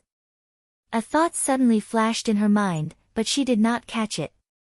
After a while, Xiaosu also appeared in the tea house, but Chu Qingyan had already turned her head to the side, acting like she didn't want to pay attention to him. Xiaosu revealed a smile and did not hesitate to sit down at her table. But the moment he sat down, a trace of vigilance flashed in his calm eyes. All right, miss, young master, your tea is here. The waiter quickly brought the tea over. Chu Qingyan raised her hand to pour herself a cup. She wanted to ignore the person in front of her, but when he sat down in front of her, the little temper that had just gathered dissipated. In the end, she also poured a cup of water for him. When she put down the teapot, Chu Qingyan suddenly thought of something. She immediately summoned Ethereal. Is there a problem with testing the water? It was better to be safe than sorry. But when Chu Qingyan said this, the surrounding atmosphere suddenly changed. Chapter 254. The sudden change in the atmosphere caused Chu Qingyan to slightly frown. At this time, Ethereal had heard the commotion and came over. He took out a silver needle and tested the water in the teacup. Picking it up to look, he shook his head at Chu Qingyan. There's no problem with the tea. Chu Qingyan nodded. When Ethereal's voice fell, Chu Qingyan clearly felt the atmosphere around them relax. Even though Ethereal said there was no poison, he could not guarantee that these people were fine. Big Ice Cube, let's go. Chu Qingyan reached out to cover the wrist of the person next to her and said in a voice only the two of them could hear. Xiaosu moved his gaze away from the little fellow's hand and turned to look at the guests and shopkeepers with flickering eyes. He nodded, let's go. When he stood up, the large men who had been peacefully drinking tea suddenly stood up. The weapons hidden under the table instantly lit up. The shopkeeper who had greeted them walked out while being surrounded by the crowd. The honest and sincere look from before had disappeared and was replaced with a treacherous smile. Don't think about leaving since you've come. Leave your life behind. There really is something wrong with you all. Chu Qingyan looked at the group of assassins and gritted her teeth. No wonder there was a tea house in the wilderness. There were not many people on the road, but there were so many passers-by gathered here. As expected, there was a demon when something was wrong. Little Princess Fei, it's too late for you to say this now. The waiter was carrying a large blade. Even though it did not match his small and thin figure, the large blade that weighed 100 caddies was like a toy in his hand. It did not look out of place when he played with it. Chu Qingyan narrowed her eyes. This person actually knew that she was a woman dressed as a man. It could be seen that these people knew her identity very well.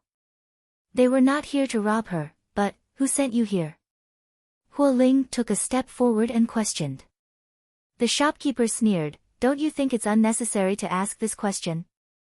After that, he turned to look at Xiaosu. His Royal Highness, my master feels that it's too lonely underground and wants to invite you down for a chat. He hopes that you can fulfill his wish. Your master is Lu Ying. Xiao Su's tone was calm, without the slightest hint of panic at being surrounded. It wasn't a question, it was an affirmation. The shop owner was shocked at first, but he soon revealed a malicious look. His Royal Highness is indeed smart to be able to guess where we came from at a glance.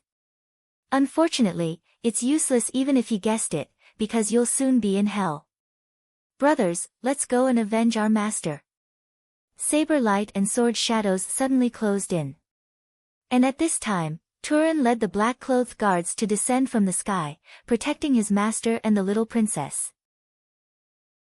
Meanwhile, Huoling's people flanked them from the outside, coordinating from the inside and the outside. An encirclement began. Boss, we've been tricked. The waiter suddenly woke up when he saw the group of black-clothed guards killing mercilessly. Weren't there only a dozen people? How come there are so many people all of a sudden? The shopkeeper watched in disbelief as his men fell down one by one. He looked at the person who was still standing in place. His body was cold, like a god, looking down at them, ants, and mortals. Only now did he suddenly remember that this person was the world's famous war god. How could he have so many people by his side? But he was unwilling to accept this. Charge! The shop owner raised his sword and charged at Xiao Su, but a person quickly appeared in front of him and mercilessly slashed at him. After a few rounds, the shop owner was already covered in wounds. The fierce blade cavalry is indeed worthy of their reputation.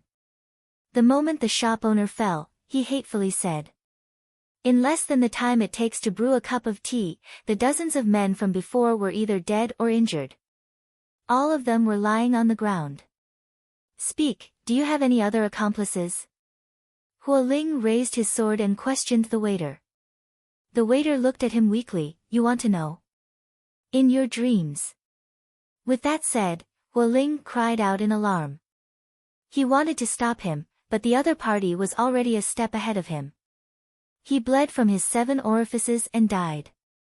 The moment the waiter committed suicide, he heard the voices of the other guards. Master Huoling, these people have all committed suicide. Ethereal went forward to check and finally stood up. There is poison hidden in their teeth.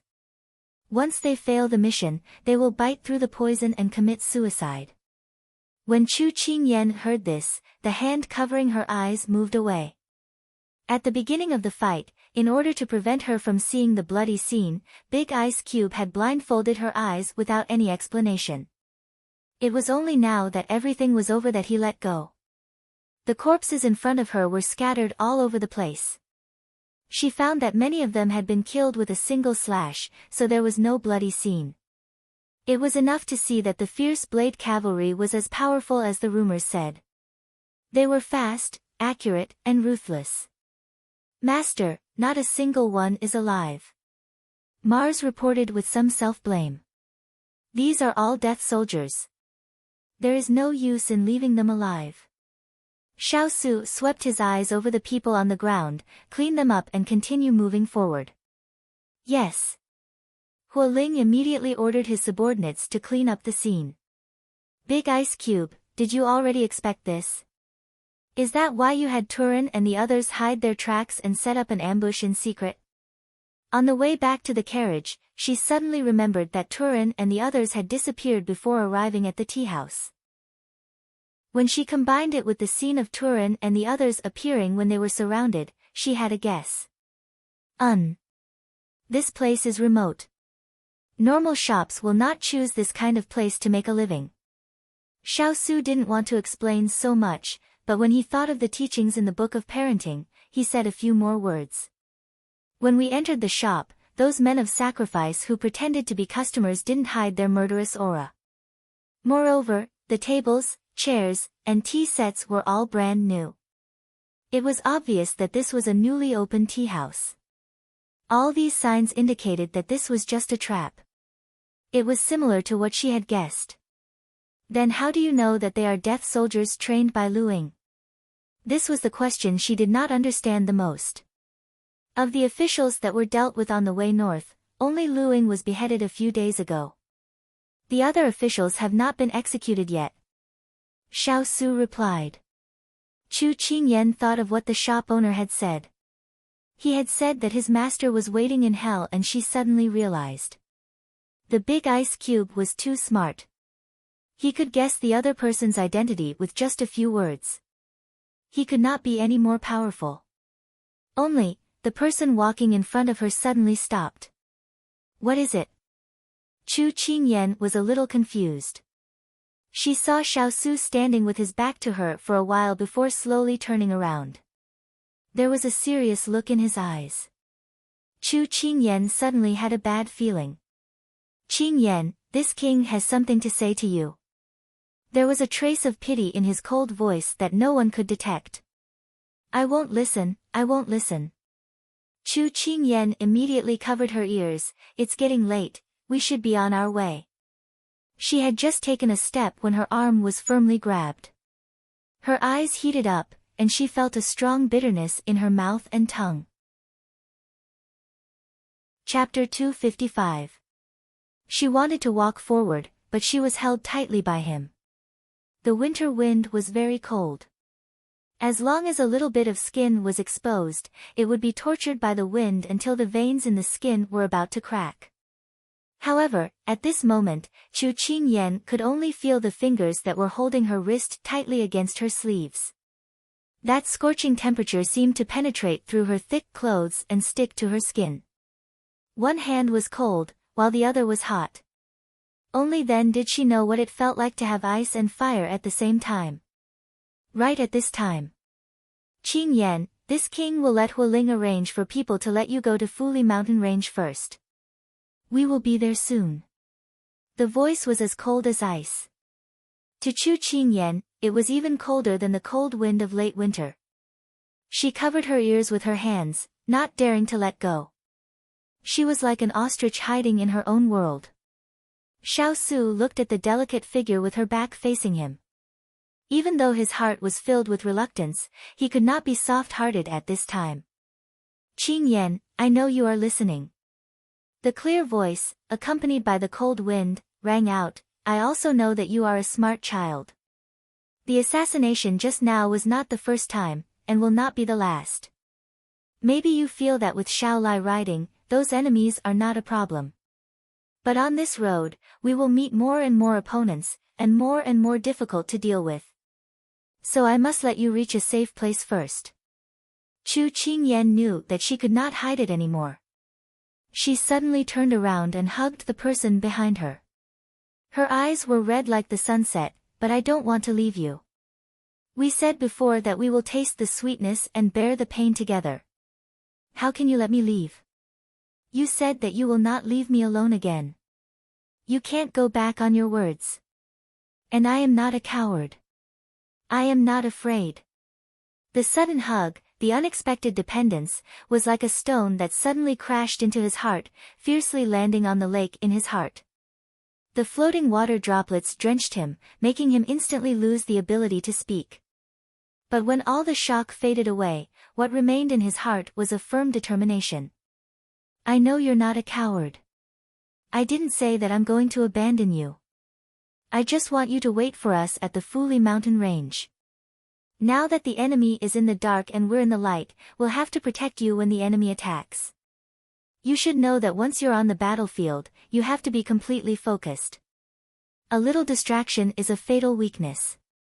Chu Qingyan clutched the clothes in her hands. The soft fabric in her hands was like thorns deeply piercing her fingertips. The pain in her fingertips was connected to her heart. She felt a dense pain in her heart as if it was being pierced by needles.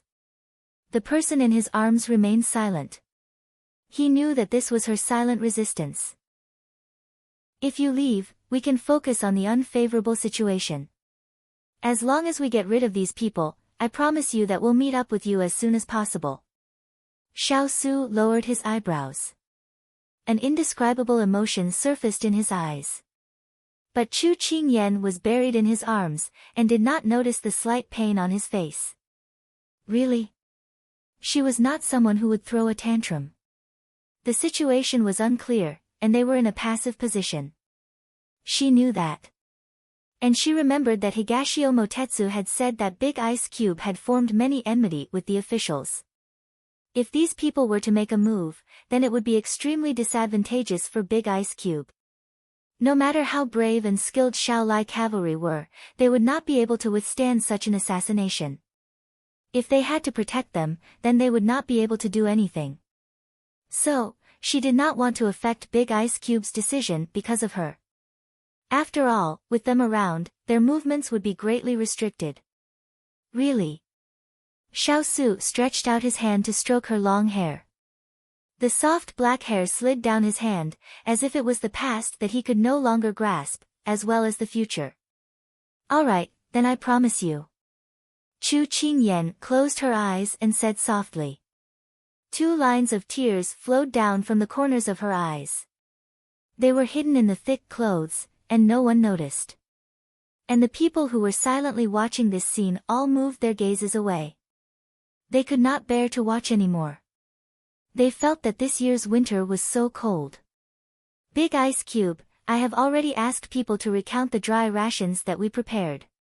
It is enough to last us for 3 days.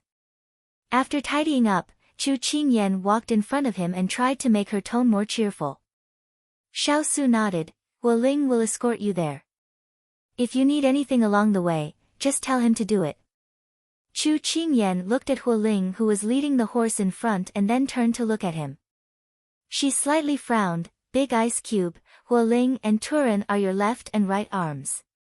I will be more assured with them by your side, so you can leave Huo Ling here. Moreover, I think that he also wants to stay by your side.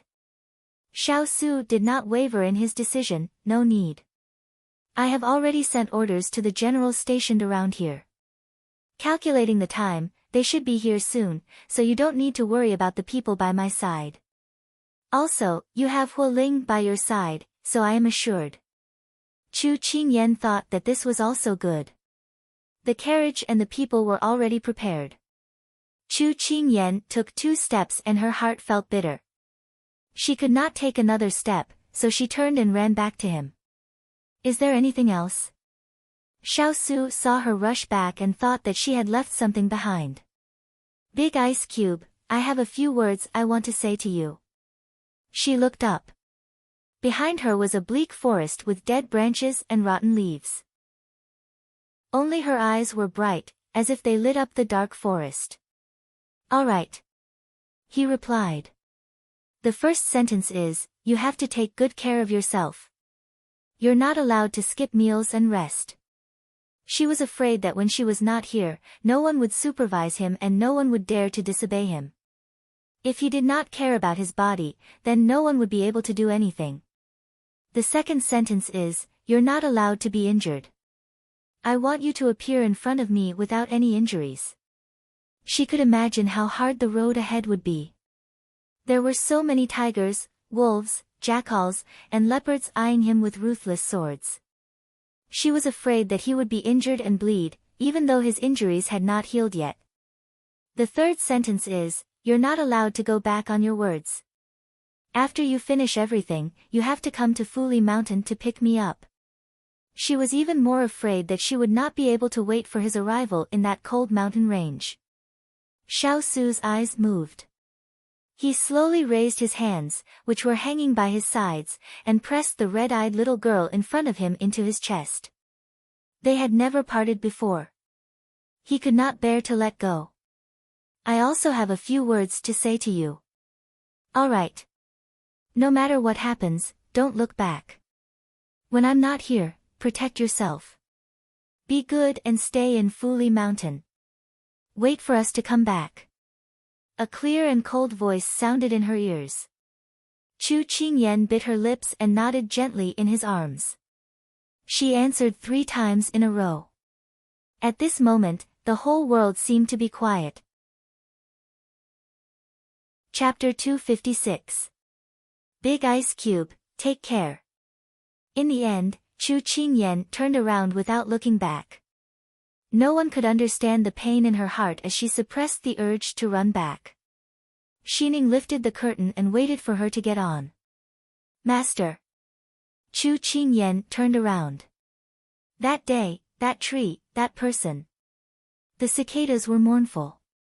Facing the pavilion, the rain stopped. The tent at the gate was empty. Reluctant to leave, the orchid boat was activated. Holding hands and looking at tearful eyes, she was speechless.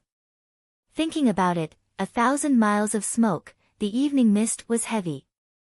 Chu Tianhua. Affectionate since ancient times hurt parting, even colder than the Qingqiu festival. Where will I wake up tonight? The willow bank, the wind, and the waning moon. This departure should be a good time in name only. Even if there were 1,000 kinds of amorous feelings, who would talk to? It was not late autumn, but cold winter. There were no cicadas, no pavilion, no orchid boat. There was only the cold wind, the withered forest, and the carriage. She could feel Lu Yong's sorrow when he reluctantly left. Big Ice Cube, I will wait for you to return safely.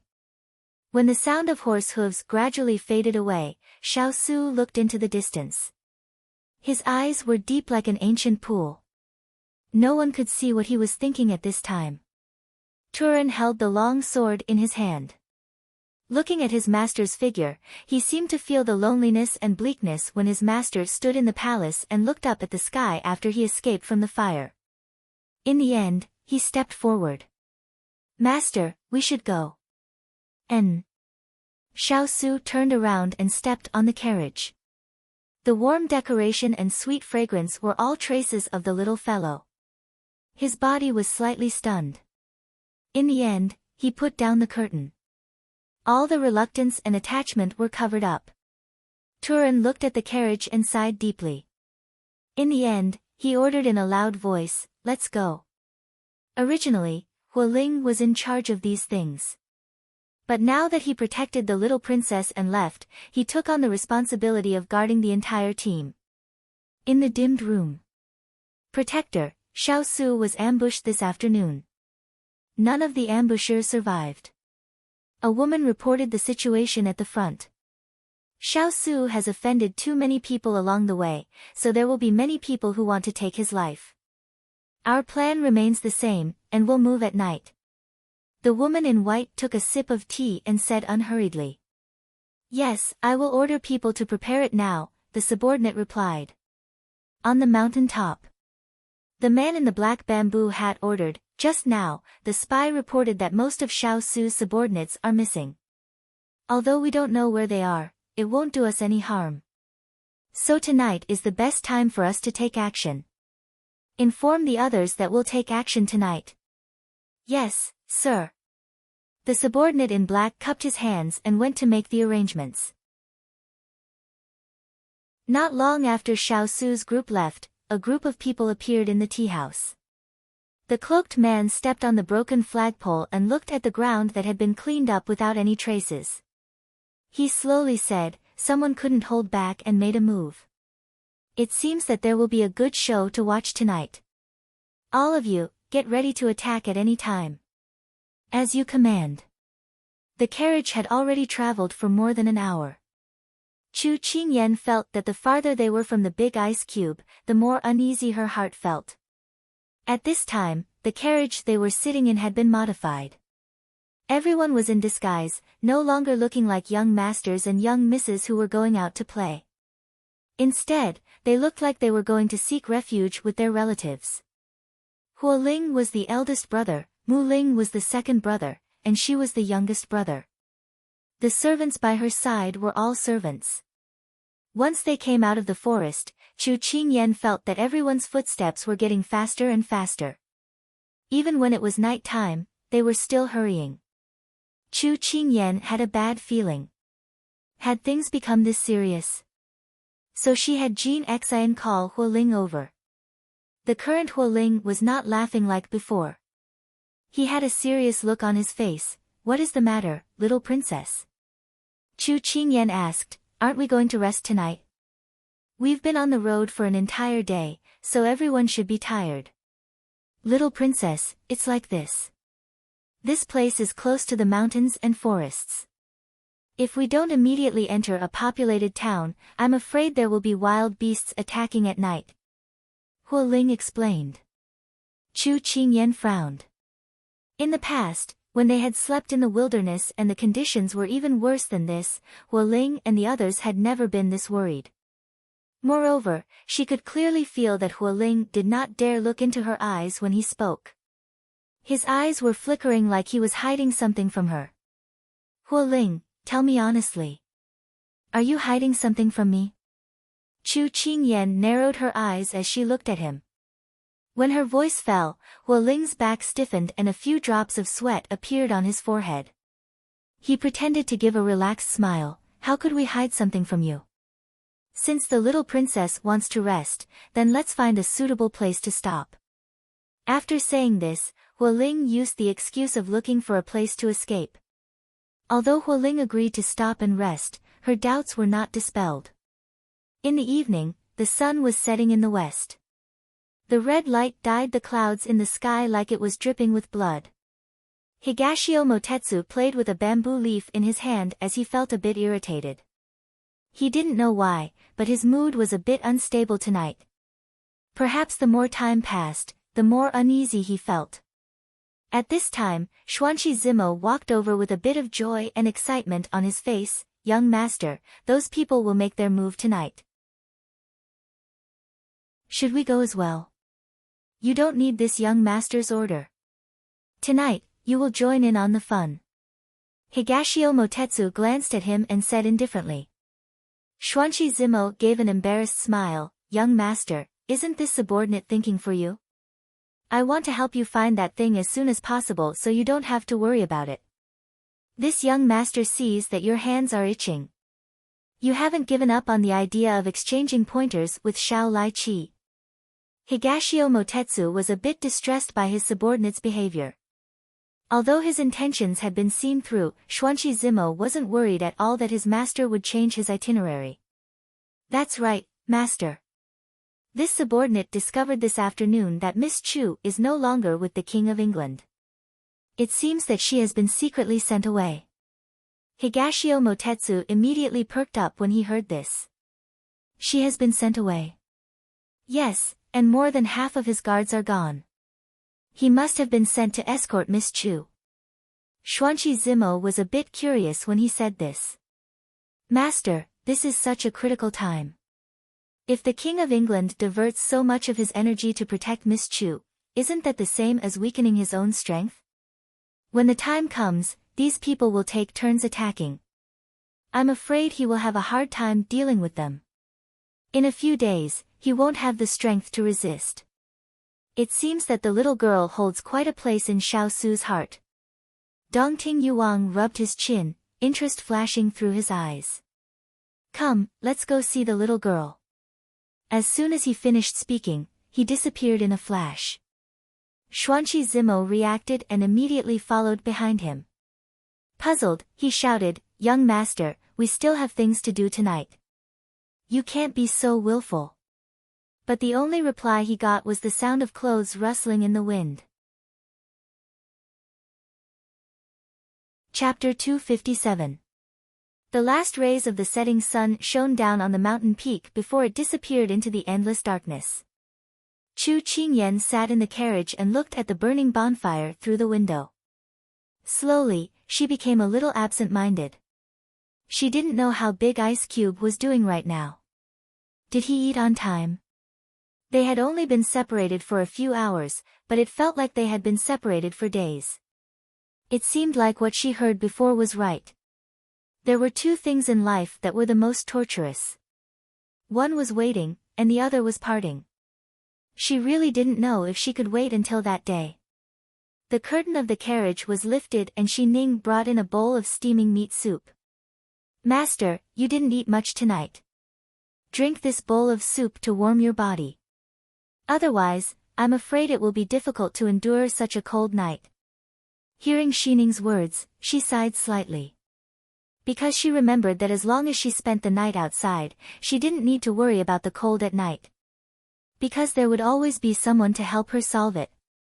That person would hold her in his arms in the middle of the night and give her the warmest body temperature. But at this time, that person was no longer by her side. Chu Qingyan took the bowl of soup and drank it all in one gulp. In order to conserve her energy, she had to take care of herself. But because she drank it too quickly, she accidentally choked. Xining quickly went forward and patted her back.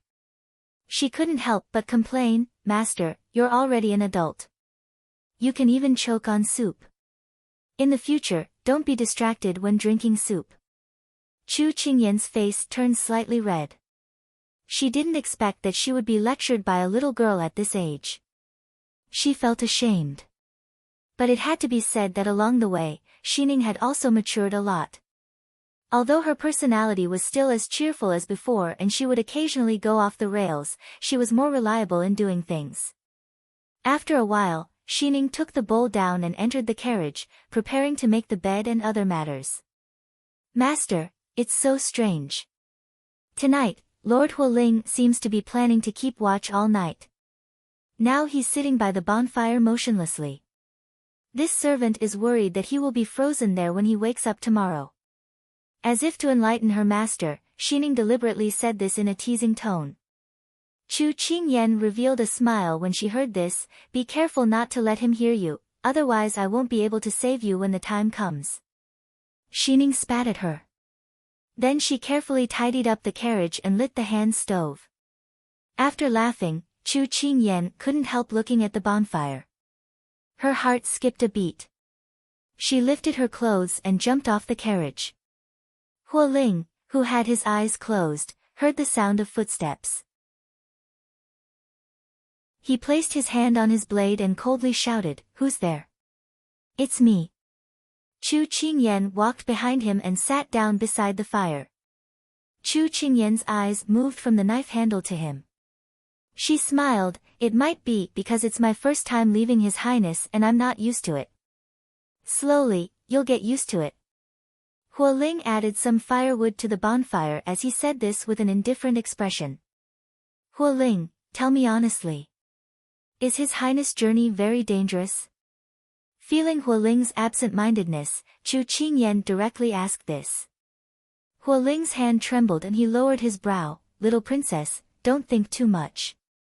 Master is blessed by the heavens and will definitely turn misfortune into good fortune. But if you don't even believe it yourself, how will you convince me?" Chu Qingyan saw through the hesitation in his heart. "Little princess, what do you mean?" Hualing immediately looked up and his voice was a bit stiff. "Hualing, don't lie to me anymore." Chu Qingyan closed her eyes and her expression was a bit pained. Hualing was a bit surprised. "Little princess, what are you saying? Why can't this subordinate understand a single word?" "You don't understand? Then I'll analyze it for you one by one." Chu Qingyan stood up and looked at him with bright eyes. "You wanted to travel through the night, but because you were afraid I would be suspicious, you chose to spend the night in the forest. However, you ordered everyone to spend the night in the horse carriages and not set up a tent. You knew that the tent would be warmer than the horse carriages. You also had all the guards increase their vigilance and planned to guard the carriage through the night, preparing to fight at any time. Why did you do this?" Hualing pursed his lips, but he couldn't say a single word. "I'll answer for you." Chu Qingyan took a deep breath and slowly let out the pent-up air in her chest. "The reason you did this is because once an assassin comes, you can escape at any time and fight at any time." Hualing lowered his head and said in a very low voice, "You're right. There are too many unstable factors around us, so this subordinate must protect you. No, it's because His Highness is afraid that after he meets with trouble, the next person will turn to me and take revenge on me. Therefore, His Highness ordered you to quickly send me away from this dangerous place. It is very dangerous to be by his side and he's afraid of implicating me." Actually, he already guessed that he wouldn't be able to go to the Fuli mountain range alive. "Hualing, you know that time is tight.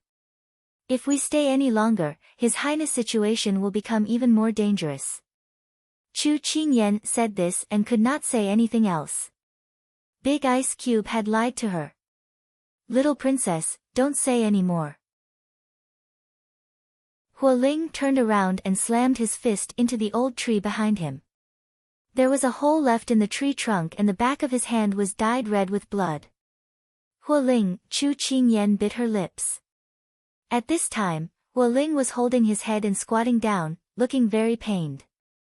Little princess, I know you're very sad and this subordinate's heart is also very pained.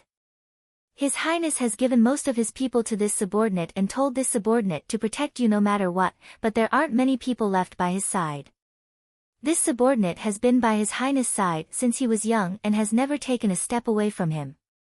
Now I can only watch as he falls into trouble and cannot fight by his side. Little princess, do you know the pain in this subordinate's heart? But, the only thing this subordinate can do is to do my best to complete Master's orders and not disobey. Master has already prepared for the worst and you are the person he wants to protect the most. This subordinate will risk my life to complete Master's orders, so little princess, don't make His Highness worry anymore. Pretend you don't know anything and safely go to the Fuli mountain range. Hualing's sorrowful voice was like a curse that echoed in her ears again and again. Prepare for the worst. Most of his people were by her side. Pretend she didn't know anything. But she couldn't do it. She couldn't leave him alone knowing that he was in trouble and leave by herself. Hualing, let's go back. We can't leave His Highness to face those enemies alone. Chu Qingyan walked in front of him and said in a resolute voice. Little princess. Hualing looked up with a surprised expression. I know you want to go back, so we'll follow your heart's decision. Chu Qingyan clenched her fist and said in a firm voice. But as soon as her voice fell, she felt a pain in her neck and she fell into darkness. Chapter 258. Chu Qingyan fell down and the person behind her reached out to catch her. Mu Ling, what are you doing? Hualing looked at Mu Ling who suddenly appeared in shock. Hualing, do you still remember what you promised Master last night? Mu Ling looked at him with a serious expression. Hualing suddenly fell silent. After a while, he slowly said, no matter what happens, no matter what the little princess Consort says, do not turn back. Right, you still remember, but you were wavering just now. Mu Ling mercilessly exposed this fact. Hualing lowered his head and clenched his fists. Blood flowed down his hand and dripped into the dirt. Master also said that if the little princess Consort discovers the truth, then we are to knock her out and take her far away. Wood Spirit said word by word. The normally honest and heartless Wood Spirit had a solemn expression as he corrected Wood Spirit. As soon as his voice fell, Mu Ling picked up Chu Qingyan and turned to leave. Mu Ling, Hualing suddenly spoke. Mu Ling stopped in his tracks and did not turn around, as if he knew what the person behind him wanted to ask. He closed his eyes, as if trying to suppress the bitterness in his heart, before slowly opening them again. I'm the same as you. I don't want anything to happen to Master. However, Master had long predicted that this day would come. He deployed the army to fight the enemy with all his might. By handing the young princess to us, he gave us a death order. No matter what the final result is, we cannot let Master down. Hualing was speechless. He angrily slammed his hand against the tree again. Again and again, until the leaves scattered all over his body. Mu Ling walked towards the carriage step by step and handed the person to Xining. Through the carriage wall, Mu Ling silently said in his heart, Little Princess Consort, please do not disappoint Master. We all believed that our Master, who was so powerful and omnipotent, would be safe and sound. These words, it was unknown if he was comforting the person inside or convincing himself. Let's go. After Hualing vented his anger, he stood in front of everyone again and expressionlessly gave the order. Since the little princess Consort already knew, then there was no need to pretend anymore. Their trip was not to the Fuli mountain range or return to the capital. His master's order was to hand the young princess over to an old friend of his and let him protect the young princess's safety until this storm was over. The carriage began to move again, moving forward quickly under the pitch-black night sky. A purple figure stood on top of the tree trunk. When the horse carriage below passed by, he flew with lightning speed into the carriage carrying Chu Qingyan. Jin Xian only felt a gust of wind brushing past his body, and then the curtain behind him moved. He originally wanted to lift the curtain to take a look, but then he remembered that men and women should not touch each other, and Xining was inside taking care of his master. If there was something, she would have already called out, so he gave up. Moreover, with such tight security, there shouldn't be anyone who could plot against them. Thus, he relaxed and continued to swing his whip forward. At this time, inside the carriage, Xining's almond eyes were wide open as she stared at the enchanting man who had suddenly appeared in front of her. At this time, her pressure points had been sealed, so she couldn't move or speak. Her heart was very anxious. Higashio Motetsu looked at Xining. He thought that she was worthy of being the little girl's maidservant. Her ability to stare was not normal. However, he still had important things to do at this time. He looked at the little girl who had fainted, took out a medicine bottle from his chest, and shook it under her nose. Then he saw the little girl knit her brows, then she coughed a few times and slowly woke up. Chu Qingyan was still in a daze. When she saw Xining, who was trying her best to wink at her, and then turned her head to look at Dongting Wangyu, who was sitting on top of her head with a calm expression, she suddenly woke up. She immediately stood up and touched her sore neck. She recalled what had happened before she fainted and suddenly realized that someone had plotted against her. She did not pay attention to Higashio Motetsu and immediately lifted the curtain. The scenery outside flashed past her eyes one by one. It was too fast, so she couldn't catch it. She put down her hand. Her heart was burning with anxiety. No, I have to go back. After Chu Qingyan said to herself, she did not hesitate to say to the person behind the curtain, Jin Xian, turn around. I have to go back to find His Highness. When Jin Xian heard this, his hand paused. He more or less knew what had happened between his master and Hualing. Although he hesitated for a moment, he still gave the order. Yes. You've received a very obedient subordinate. From the moment the little girl woke up, he had become invisible. As the Moon Palace's young master who was sought after by tens of thousands of people, how could this kind of treatment happen to him? So he opened his mouth to make his presence known. Chu Qingyan glanced at him, why are you here?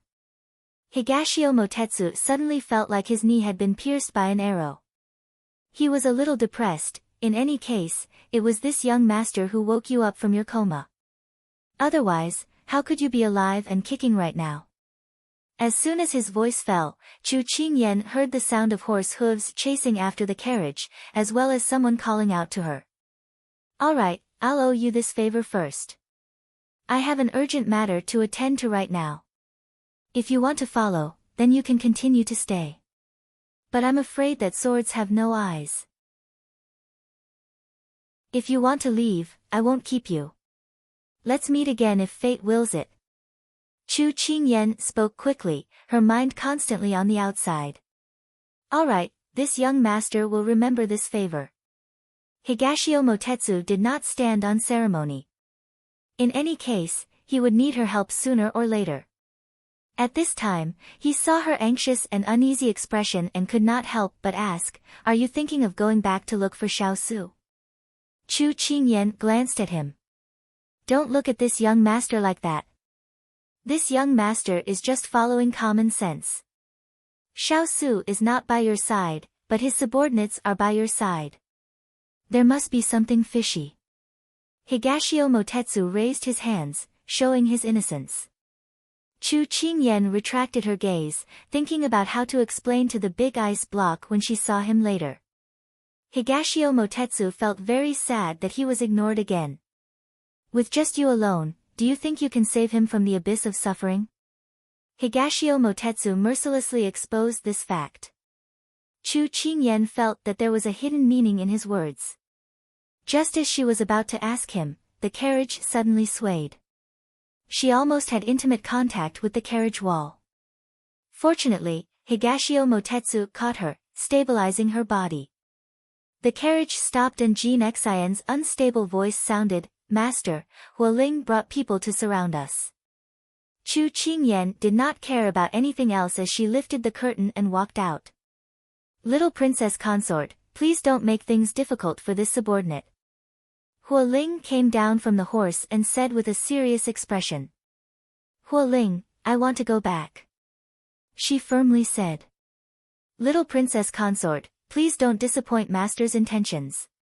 At this time, the wood spirit also rushed over. Chu Qingyan thought that the one who gave her a dagger should be the wood spirit. Alright, since you don't agree, then I can only do this.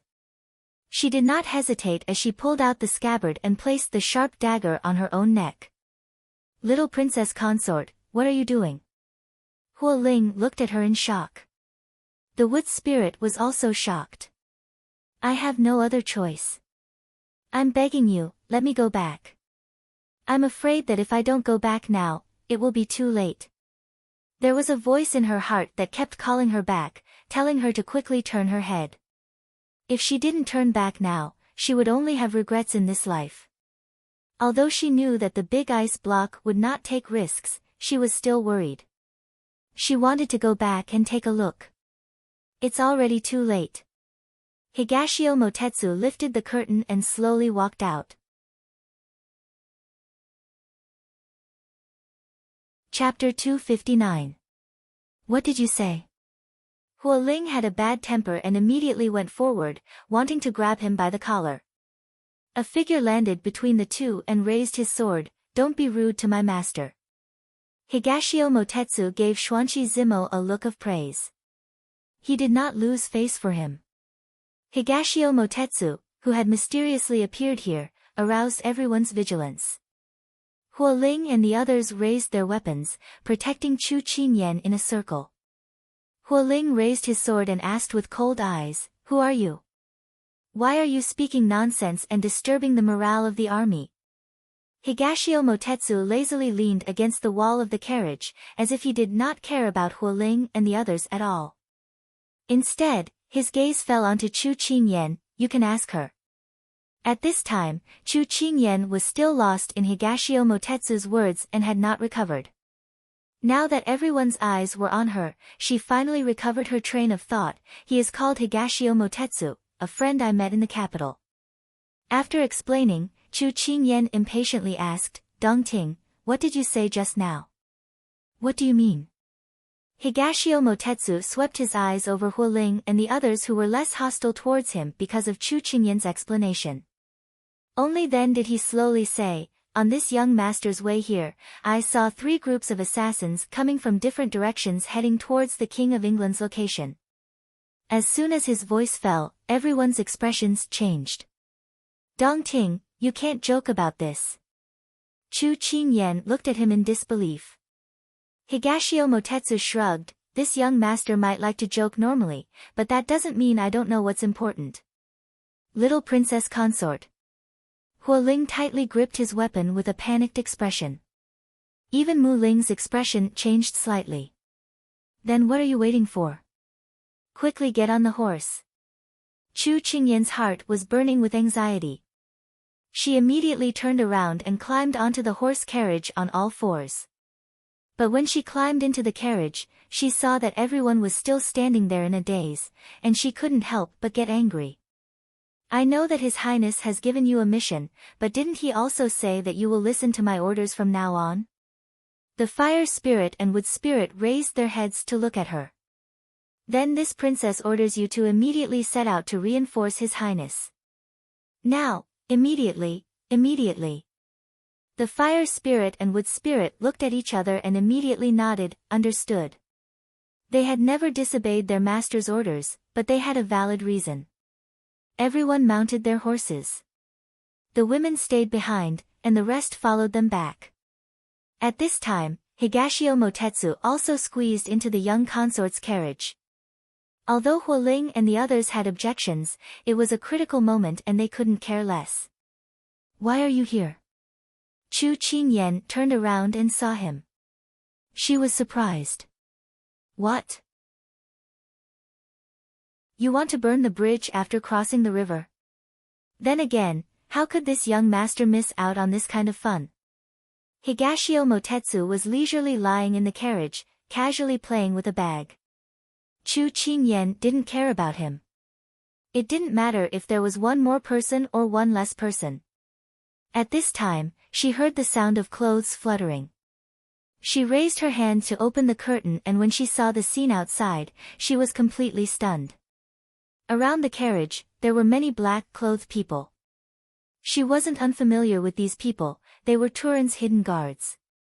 This was because Shaolai cavalry's clothes were the most unique. Although they were black, they were made of the best silk. It looked thin and soft, but it was incomparably thick. Moreover, there was a golden flame embroidered on the shoulder with a blue flame inside. She wouldn't mistake this symbol. Big Ice Cube had told her that Hualing was in charge of the guards and Turin was in charge of the hidden guards. Now that Turin wasn't here, but the hidden guards were with her. What did that mean? It meant that there weren't many people left by Big Ice Cube's side. Her hands couldn't help clenching together. She really wanted to be like Hualing, smashing it to vent the pain in her heart. Jin Xan, go faster. Chu Qingyan couldn't help urging him. The carriage was already at its fastest speed. Jin Xan gritted his teeth and waved the whip. Hiya, Higashio Motetsu saw the little girl frowning like an adult and couldn't keep watching. There's no use in being anxious. How about you calm down and relax first and lie down like this, young master? Chu Qingyan ignored him and rummaged through her suitcase. Higashio Motetsu didn't understand her actions, but he quickly understood. The little lass inserted the dagger into her belt. Then, she took out a few bags of things from the box and hid them in her sleeves. She carried everything that she could use with her. What are those bags? Higashio Motetsu asked in curiosity. There's a medicinal powder inside. Once you touch it, you will immediately faint. This was something she had asked for from Ethereal to protect herself, but she didn't think that she would use it so soon. I say, you really put a lot of effort into this, Xiaosu. Aren't you afraid of dying? Once you go, I'm afraid you won't have a path of survival. If you regret it, it's not too late to turn the carriage around. Higashio Motetsu saw that she was still busy and couldn't help asking. Besides my parents, His Highness is the closest person to me in this world.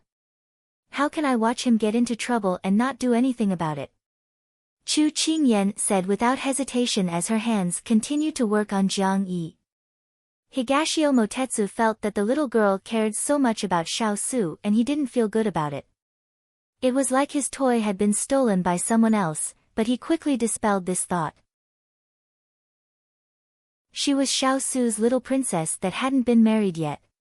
He rubbed his nose and laid down again. She could do whatever she wanted. When the time came, it would be fine as long as he achieved his goal. And at this time, the wind blew and the dark night sky became even darker. Looking into the distance, it seemed like the sky and earth were about to merge. There will probably be heavy rain tonight. Higashio Motetsu reckoned irresponsibly. Chu Qingyan was stunned when she heard this. Her heart was inexplicably sad. It really was one disaster after another. But misfortune didn't come singly. Because there were too many stones on the road ahead, the back wheel hit a large protruding rock. The entire carriage lost its balance and crashed into a large tree on the side. In the blink of an eye, Higashio Motetsu flew out of the carriage with Chu Qingyan in his arms. When they landed, the carriage had already hit the large tree and instantly fell apart. Before Jin Xan crashed into the tree, he jumped out of the way and managed to survive. The moment he got up, he immediately apologized to Chu Qingyan. Mistress, it is this subordinate's fault for not driving properly and delaying the journey. Chu Qingyan looked over the terrain when she landed. She raised her hand to have Jin Xan stand up. We're not far from His Highness, let's go. As soon as her voice fell, Chu Qingyan flew off the tree crown and flew forward. When Hualing and the others saw this, they all followed. Higashio Motetsu looked at the people that flew off without any hesitation and shook his head. It seems like we're destined to be on the move tonight. After saying this, he also followed. At this time, the wind became stronger and the sky began to shine. Following this, the sound of thunder filled the sky, as if the entire earth was shaking. If someone was outside at this time, they would be able to see a white figure jumping through the forest like a ghost. And behind her, there were several dozen black figures following like shadows.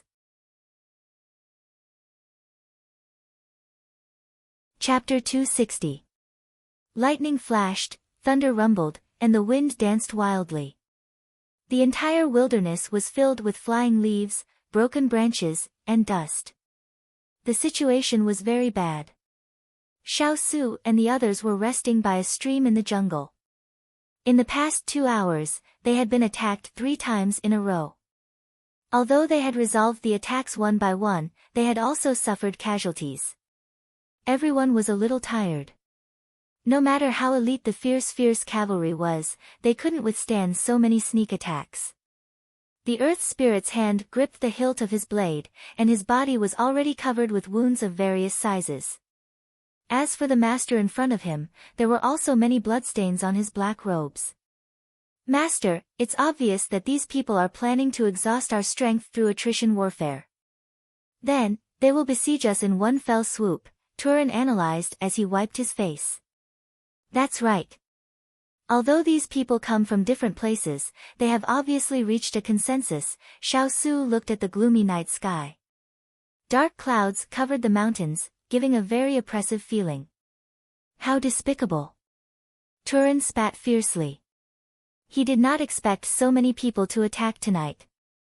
Suddenly, he remembered something. "Master, didn't you send a messenger pigeon to ask Mohe to send troops over? Why is there no news yet?" Xiao Su's eyes darkened. He sighed faintly. "There's no need to wait. The letter that was sent out will not reach Mohe." "What?" Turin turned pale with fright.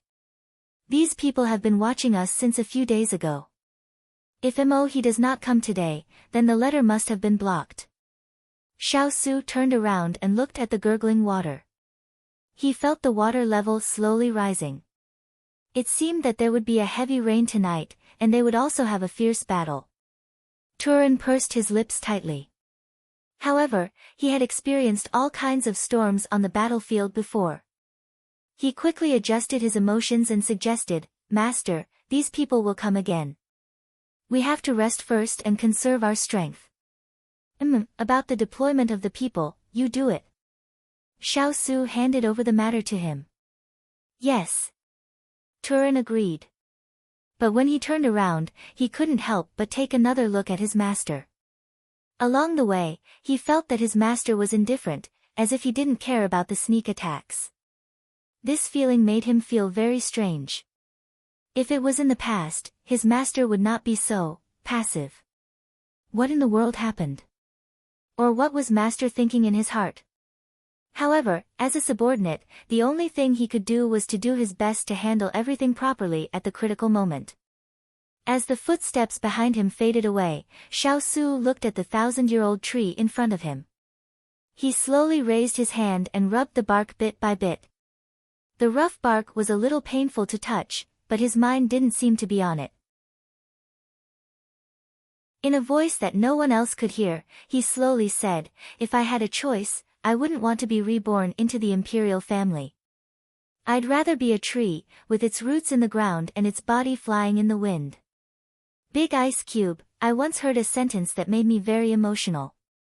That sentence went like this. A clear voice sounded in his ear, "If there is a next life, I want to be a tree, standing for eternity, without any posture of sorrow or joy. Half of it is peaceful in the dust, half of it flies in the wind, half of it is scattered in the shade, half of it is bathed in the sun." Xiao Su slightly curved his lips. The little fellow always had a lot of reasons, and every time she used them to persuade others, but when it came to him, it was always an exception. It didn't work at all. Thinking of this, Xiao Su withdrew his hand and looked up at the dark sky. Where was the little fellow now? Was she sleeping peacefully? Did she miss her? Was she suspicious? However, no matter what, he couldn't let her come back. He didn't have the ability to protect her anymore. Putting down his thoughts, Xiao Su prepared to turn around, but this movement affected his old injury. He couldn't help but cover his chest, and a trace of blood overflowed from his lips. He frowned slightly and planned to use his internal energy to regulate his meridians. But at this time, a figure suddenly appeared behind him, and a low voice sounded, "His Royal Highness, I trust you have been well since we last met."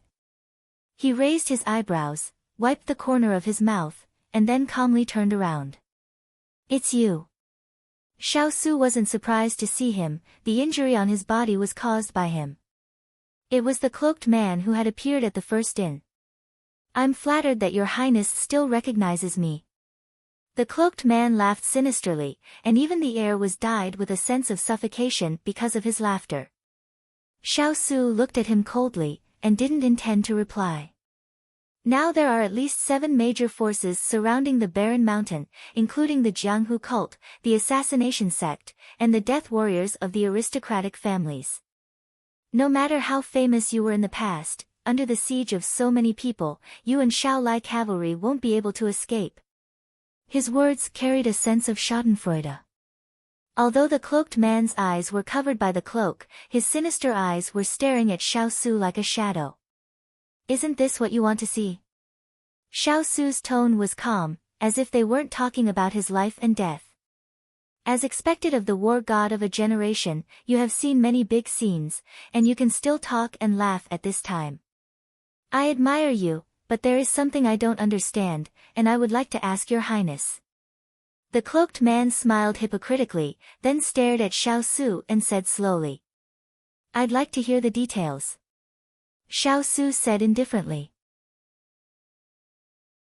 If outsiders saw this scene, they would probably think that these two were old friends who were chatting happily, and not enemies who were at daggers drawn. "Your Highness, you don't seem to be curious about who sent me, don't you want to know?" He couldn't understand this matter. "So what if I know, and so what if I don't know?" If he had a choice, he would rather not know, that way he could deceive himself for a while, but it was a pity that fate played tricks on him. "So you already know?" The cloaked man was slightly surprised. Xiao Su was silent. At this time, there was a sound of footsteps, followed by Turin's anxious voice, "Master, there is a surprise attack." As soon as his voice fell, he saw the cloaked man standing in front of his master. Turin immediately waved his sword vigilantly, but the cloaked man didn't care about Turin at all. Instead, he looked at Xiao Su and sneered, "His Royal Highness will not disturb your path to death, I hope you won't show mercy later." With a wave of his black sleeve, dust flew up, and when the dust settled, the cloaked man was no longer there. Turin was shocked, "Master, don't worry about it, focus on the enemy first." Xiao Su just took a step forward, and found that his strength couldn't support him, and he couldn't help but fall forward. "Master," a bolt of lightning exploded between heaven and earth, as if it was going to tear the whole world apart. Soon, a heavy downpour poured down. How could this be? Chu Qingyan looked at the scattered corpses on the ground, and covered her mouth in disbelief. When they parted today, this place was still fine. Hualing and the others quickly inspected the scene, and Higashio Motetsu looked at the dead assassins on the ground, and a trace of disbelief flashed through his eyes. Killing one person in 10 steps, unstoppable for 1,000 miles. As expected of the god of war, his martial arts were superb. Even he couldn't help but admire him.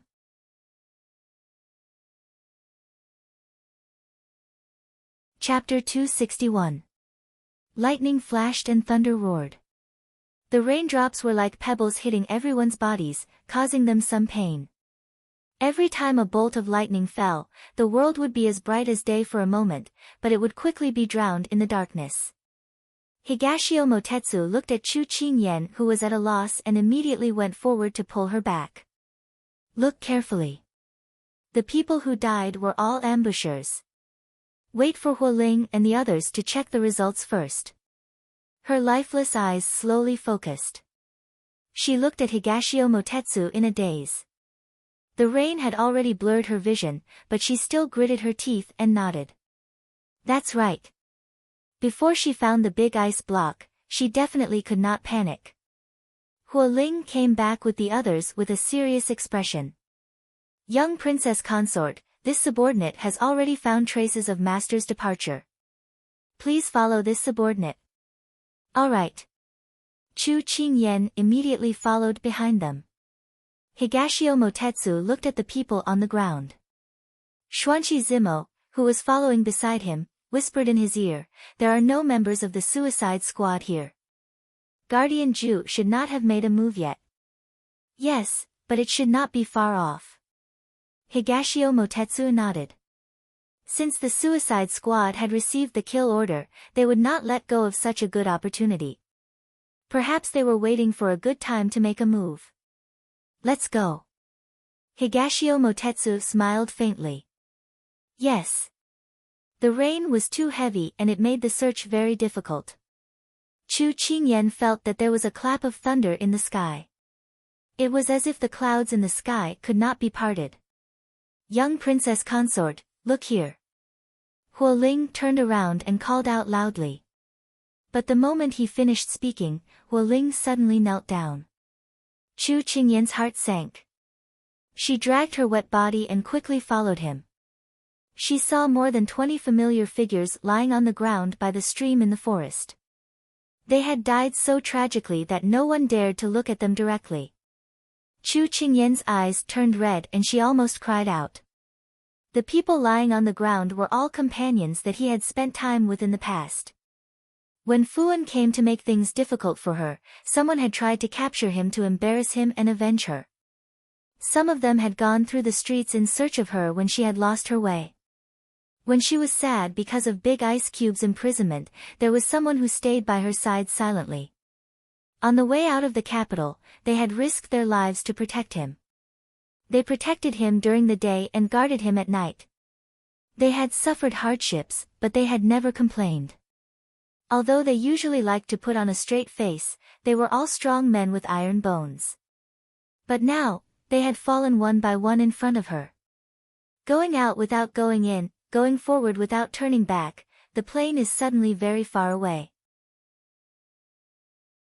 Carrying a long sword and holding a qin bao, my head and body are separated from my heart. Chen was both brave and skilled in martial arts. In the end, he was unyielding and unyielding. The body is dead, the spirit is in the spirit, the sun's soul is a mighty ghost. Chu Qingyan couldn't help but turn her head away. She didn't dare to continue watching. She was afraid that she wouldn't be able to hold back her tears. At this time, the rain was merciless and the blood on the ground formed a river. Other than the darkness of the night and the light of the torches, the only thing left was the red of the ground. Hualing and Muling were kneeling and standing, their figures filled with sorrow. These were all brothers that had gone through life and death with them, taking care of each other and never separating, but now that their heads were separated, the sorrow and hatred in their hearts was about to burst out of their chests. This was the first time the fierce cavalry had suffered such a heavy loss since it was established. "We can't let them die for nothing, we have to find Master." Hualing suddenly stood up and wiped the rain off his face. His red eyes were filled with pain, but they were also filled with determination. "That's right." Muling wiped her eyes and said in agreement. "All right, let's first bring our companions to a safe place. We'll come back later to settle them down." Chu Qingyan was choked with sobs. After taking a deep breath, she gave the order. "Yes." After a while, everyone continued forward. The rain was getting heavier, and she was wearing a winter jacket. Now that it was soaked in water, the entire jacket became bloated and heavy. Chu Qingyan did not hesitate as she took off her jacket and threw it aside. Since it was soaked in water, it would not be able to protect her from the cold. She might as well throw it away. Just as she took off her coat, the bone-chilling winter wind mixed with the rain seemed like it was going to pierce through her soul, chilling her to the bone. She did not have any scruples as she used her cultivation technique and quickly moved through the ground. Higashio Motetsu followed behind her.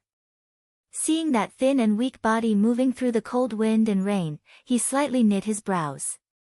Finally he quickly moved forward and took off his coat to put it on her. Finding people is one thing, but you have to take good care of your own body.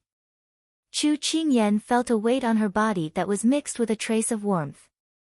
She turned around and saw that it was him, so she nodded without refuting him.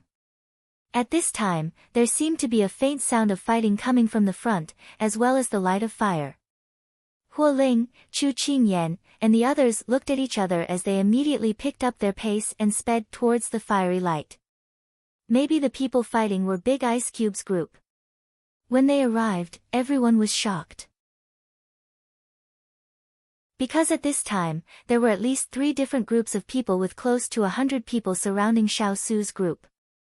They were fighting fiercely, and even if the rain was heavy, it could not cover the sound of swords clashing. Chu Qingyan was shocked, but the wood spirit, Hualing, and the others beside her had already rushed forward. She did not even think and wanted to rush over with them, but Higashio Motetsu, who was standing beside her, had already pulled her back. Chu Qingyan turned her head and coldly said, "Dong Ting, don't pull me, I want to go find His Highness." Higashio Motetsu hit the nail on the head and lightly mocked, "Other than your qinggong, what else do you know? Can you pick up a sword? Can you defend against enemies?" Chu Qingyan was stunned. She could not deny that what he said was the truth, "But I can't just watch from the side and not do anything."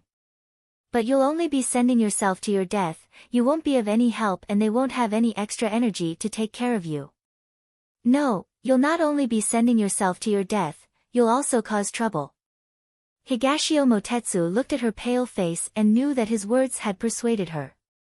He let go of her hand and said in a low voice, "Just watch from the side.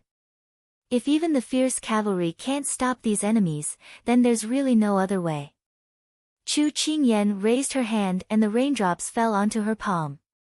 So when Big Ice Cube really needed someone, she could not even walk to his side. Her hands fell down and she watched the chaotic battle below with wide eyes, feeling incomparable sorrow in her heart. The most painful thing in life was when the people you cared about were in danger and you could only watch from the side without being able to do anything. Another group of people sent to their deaths. The snow-robed woman stood halfway up the mountain and coldly looked at everything below. "Then should we make a move?" a woman asked.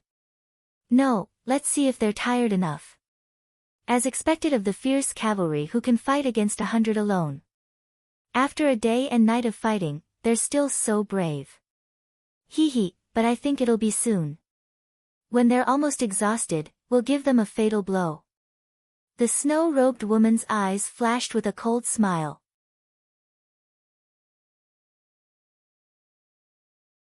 Chapter 262. When Hualing and the others showed up, Turin's sharp eyes noticed them. "Master, look, Hualing and the others are here." Turin wiped the blood on his face, his tone carrying a trace of surprise. When Xiao Su followed his line of sight, his eyes suddenly turned cold. "Master, we're here to protect you." Hualing killed a bloody path through the crowd and jumped in front of his master. Seeing that his master was covered in blood but didn't show any signs of injury, he let out a sigh of relief. Xiao Su stepped forward, his voice as cold as ice. "Didn't this king tell you not to look back no matter what happened? You actually disobeyed this king's order." "Master, this is an emergency. After we break out, this subordinate will accept any punishment without any complaints." Hualing's face was anxious, afraid that his master would chase him back. Turin also advised, "Master, at this time, don't be so calculative. Let's solve the crisis in front of us first." Xiao Su felt that there was no other way at this time, so he asked, "Where's Qingyan?" "The young princess is now in a safe place. You don't need to worry." Hualing looked around and didn't see her figure in the crowd. He guessed that she should be hiding. Xiao Su nodded and coldly ordered, "Activate the 7-star array." Yes. The stalemate just now was turned into a one-sided situation because of the arrival of Hualing and the others. Originally, Turin's secret guards were several times fewer than these people, but they were evenly matched. Now that there were more people, these sneak attackers couldn't hold on anymore. They kept retreating, and there were only a few left of the nearly 100 men in black. The man in black with a black bamboo hat saw that the situation wasn't good and made a prompt decision: retreat. So only 7 or 8 men in black were left to protect him. They quickly retreated into the forest, and with the help of the sky and environment, they disappeared without a trace. Don't chase a cornered enemy. Xiao Su's voice was not loud, but Hualing and the others immediately stopped when they heard it and gathered around him. The fierce valiant cavalry were all injured and some were supporting each other. Turan was counting the number of people while Hualing and Turan went down to take care of the injured. Chu Qingyan crossed her arms and looked at the people below, calmly dealing with the matter. She wanted to go down and join him. Xiao Su seemed to have sensed something and raised his head to look in her direction. Separated by the curtain of rain, their gazes met in midair. Looking into those icy eyes, Chu Qingyan forced a smile because she knew that Big Ice Cube was unhappy that she had disobeyed his order and returned without permission.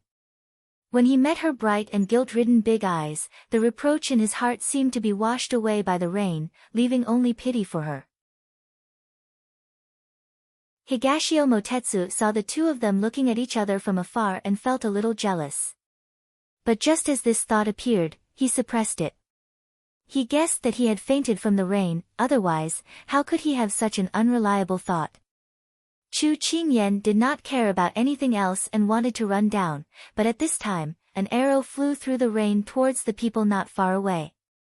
Chu Qingyan had just taken a step when she was pulled back by Higashio Motetsu. She wanted to struggle, but she felt the person beside her whisper in her ear, "More people are coming, don't act rashly.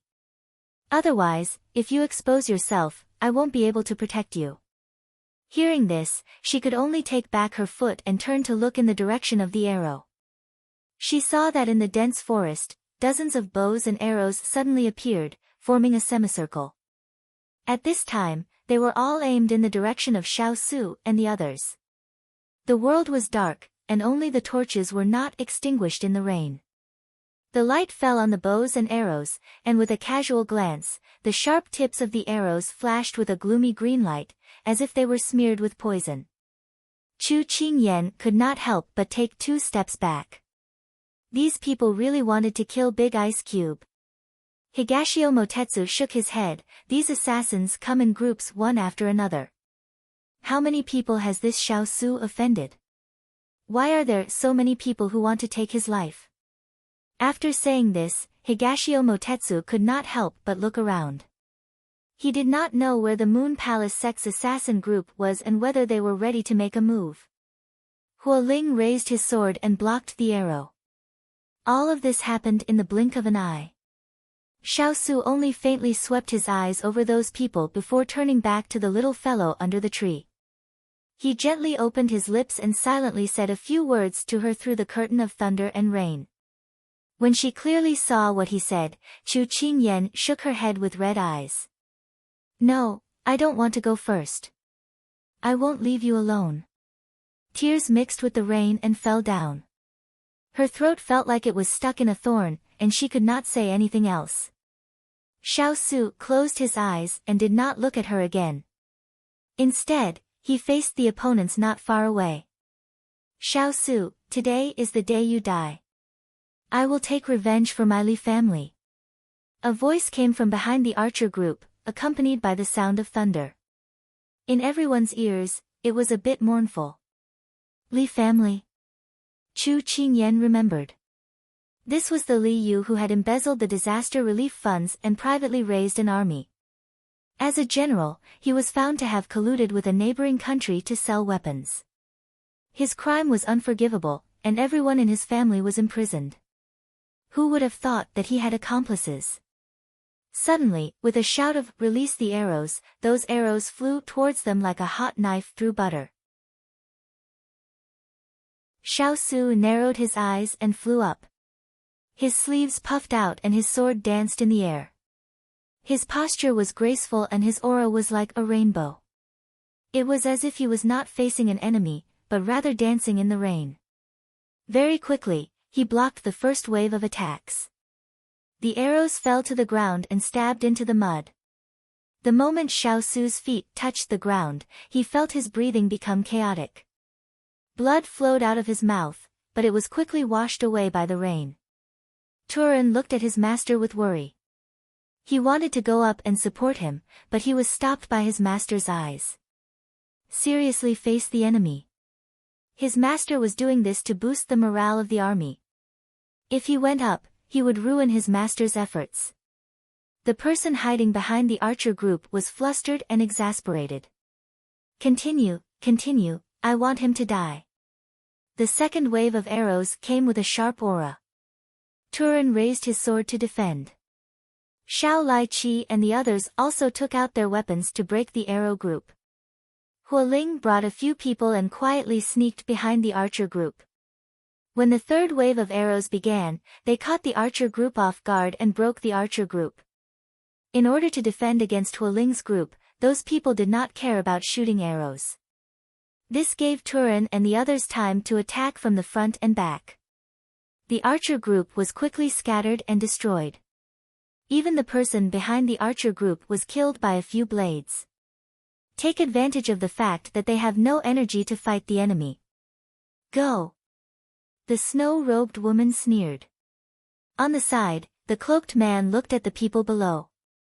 After calculating the time, he said, "It's about time, it's our turn to fight."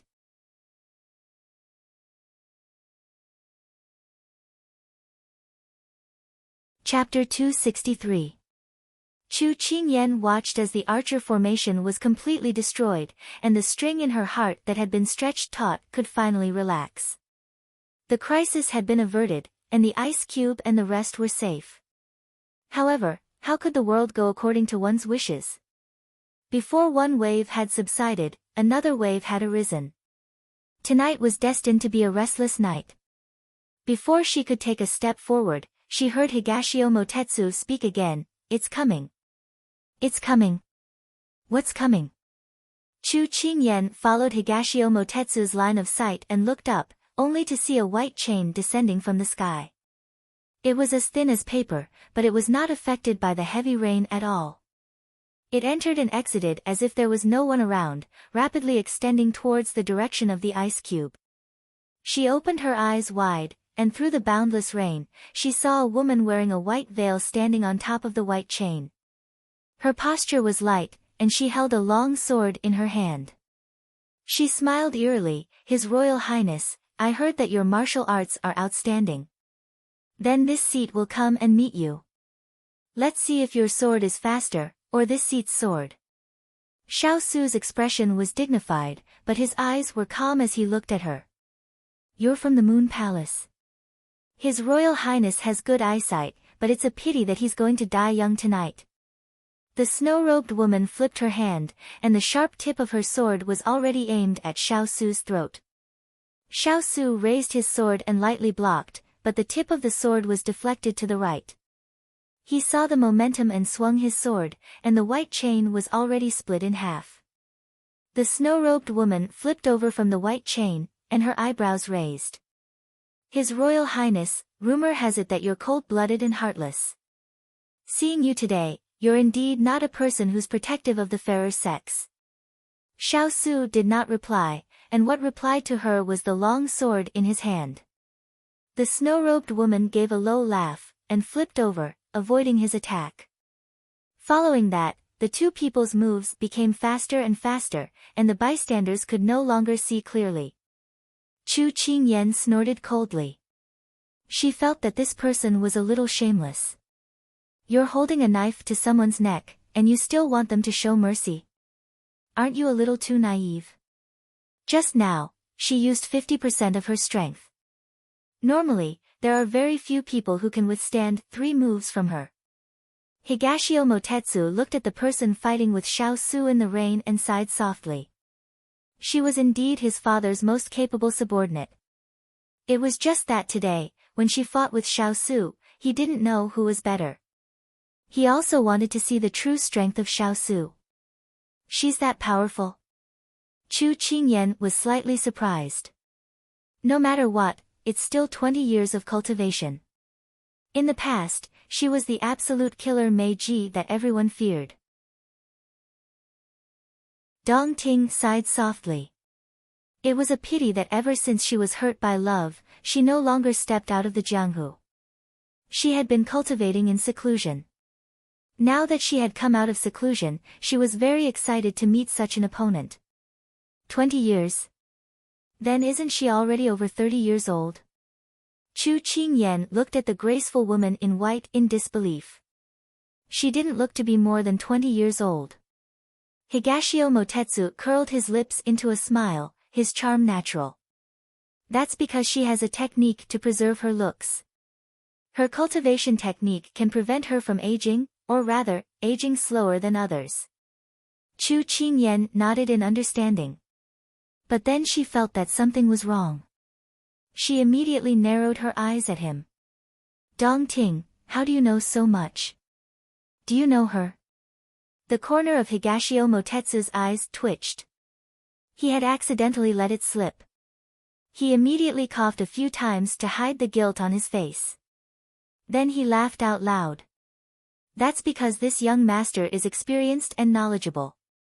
My favorite thing to do is to study all kinds of things in the Jianghu. Didn't that woman just admit that she was from the Moon Palace? As far as I know, anyone from the Moon Palace who can claim to be a protector and is a woman at that, all I have to do is move my finger and I'll know. At this moment, Chu Qingyan wasn't in the mood to bicker with him. Hearing him say this, she put down her doubts and turned her attention back to the chaotic battle below. After the woman in white appeared, a large group of women in white followed behind her and rushed into the battle. White and black fought, their clothes fluttering in the wind as they spun around. Chu Qingyan felt as if she was watching a game of chess. Black and white pieces were engaged in a cruel battle. You fought and I fought, neither side backing down. Her heart was in her throat once again. Suddenly, the two people who were entangled with each other used all their strength to strike each other with their palms. The woman in white fell heavily to the ground. Just as she was about to straighten her body, she spat out a mouthful of blood. Seeing this, the women from the Moon Palace rushed forward. Protector, on the other hand, Xiao Su fell to the ground. His strength was exhausted, and he half knelt on the ground. The long sword in his hand was stabbed into the ground, barely supporting his body. The woman in white slowly got up with the help of the disciples. She smiled bleakly. Xiao Su, I didn't expect you to be able to hold on until now with your internal injuries. This seat's full-strength palm strike couldn't beat your internal energy. You really do live up to your reputation. Unfortunately, this seat has to tell you that tonight will be the day you die. The woman in white glanced at a dark spot not far away and smiled sinisterly. Then, she ordered, retreat. No one noticed the woman in white's glance. They quickly gathered around Xiao Su. Master, how do you feel? Ethereal reached out to check his pulse, but he avoided her. I'm fine. Don't worry. Xiao Su tried to stand up, but he fell down powerlessly. He knelt heavily on one knee in the mud. Little by little, blood bloomed in the water. Master! Everyone couldn't help but cry out. Although Xiao Su was surrounded by everyone and they couldn't see his situation clearly, Chu Qingyan had already cried out when he knelt down. At this time, Turin and the others' panicked voices sounded. Chu Qingyan couldn't stand still anymore. Big ice cube. You can't go. Higashio Motetsu grabbed her hand. The crisis hadn't been resolved yet, and the people hiding in the dark hadn't come out yet. The little girl couldn't go yet. Chu Qingyan turned back and looked at him with a sorrowful look. Her tone was solemn and firm. Dong Ting, I know you're doing this for my own good, but I can't just watch him get hurt and do nothing. Dong Ting, I have to go. He needs me. Higashio Motetsu met her calm eyes. They seemed to be hotter and more dazzling than the sun. He felt as if he was burned by her. He subconsciously let go of her hand, and that slender wrist took advantage of this moment to break free from his grasp. Chu Qingyan lifted her foot to leave, but stopped. She turned her back to the person behind her and said with some gratitude in her voice, "Dongting, thank you anyway. If it weren't for you, we wouldn't have come in time. I don't know if I'll have a chance to repay you in the future. Take care." There was a smile in her words, and there was reluctance in her smile. But in the end, she ran towards that person without hesitation. The fluttering corner of her clothes brushed past his fingertips. Like a butterfly in the afternoon, it flew away without any hesitation. He couldn't catch it even if he wanted to. She knew there was still danger, but she still wanted to throw herself into the fire like a moth. Little girl.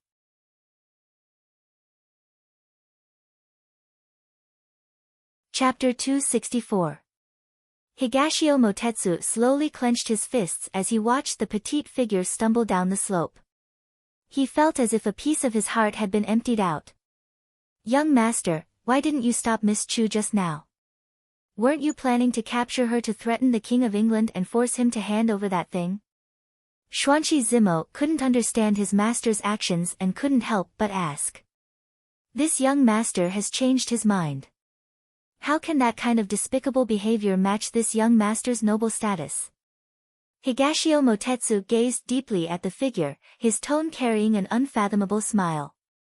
"When did you change your mind? As a subordinate, how come he didn't know?" "Just now." Higashio Motetsu's lips curled into a smile. Xuanqi Zimo couldn't help but twitch his lips. He had no choice but to follow such a willful master. Chu Qingyan quickly ran over. When Xiao Lai Qi and the others saw her coming, they immediately opened up a path for her. Just as she made her way through the crowd, she saw Big Ice Cube kneeling on one knee. Chu Qingyan did not miss the splatters of blood on the surface of the water. Her breath caught in her throat, and she could not care less. She rushed forward and held his arm with both hands. Sobbing, she asked, "Big Ice Cube, how are you? Where do you feel uncomfortable? Say something." Xiao Su recovered from his weak state and pushed her hand away. He stood up alone.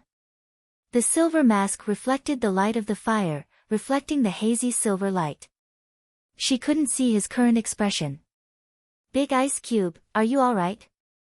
Chu Qingyan knew that he didn't want to show his weak side to his subordinates, so no matter what, he didn't need anyone to support him. "This prince is fine. Don't worry." Xiao Su wanted to touch her head, but his hand was covered in blood. He couldn't see if it was a wound or something else. In the end, he put down his hand and comforted her. He was clearly bleeding, but Big Ice Cube still said that he was fine. She didn't believe him. But at this time, Big Ice Cube had his reasons for saying that. She didn't ask this question again. As long as they reached a safe place, wouldn't it be easy for her to examine him? Sheathing his sword, Xiao Su looked around at his subordinates who were still standing in front of him.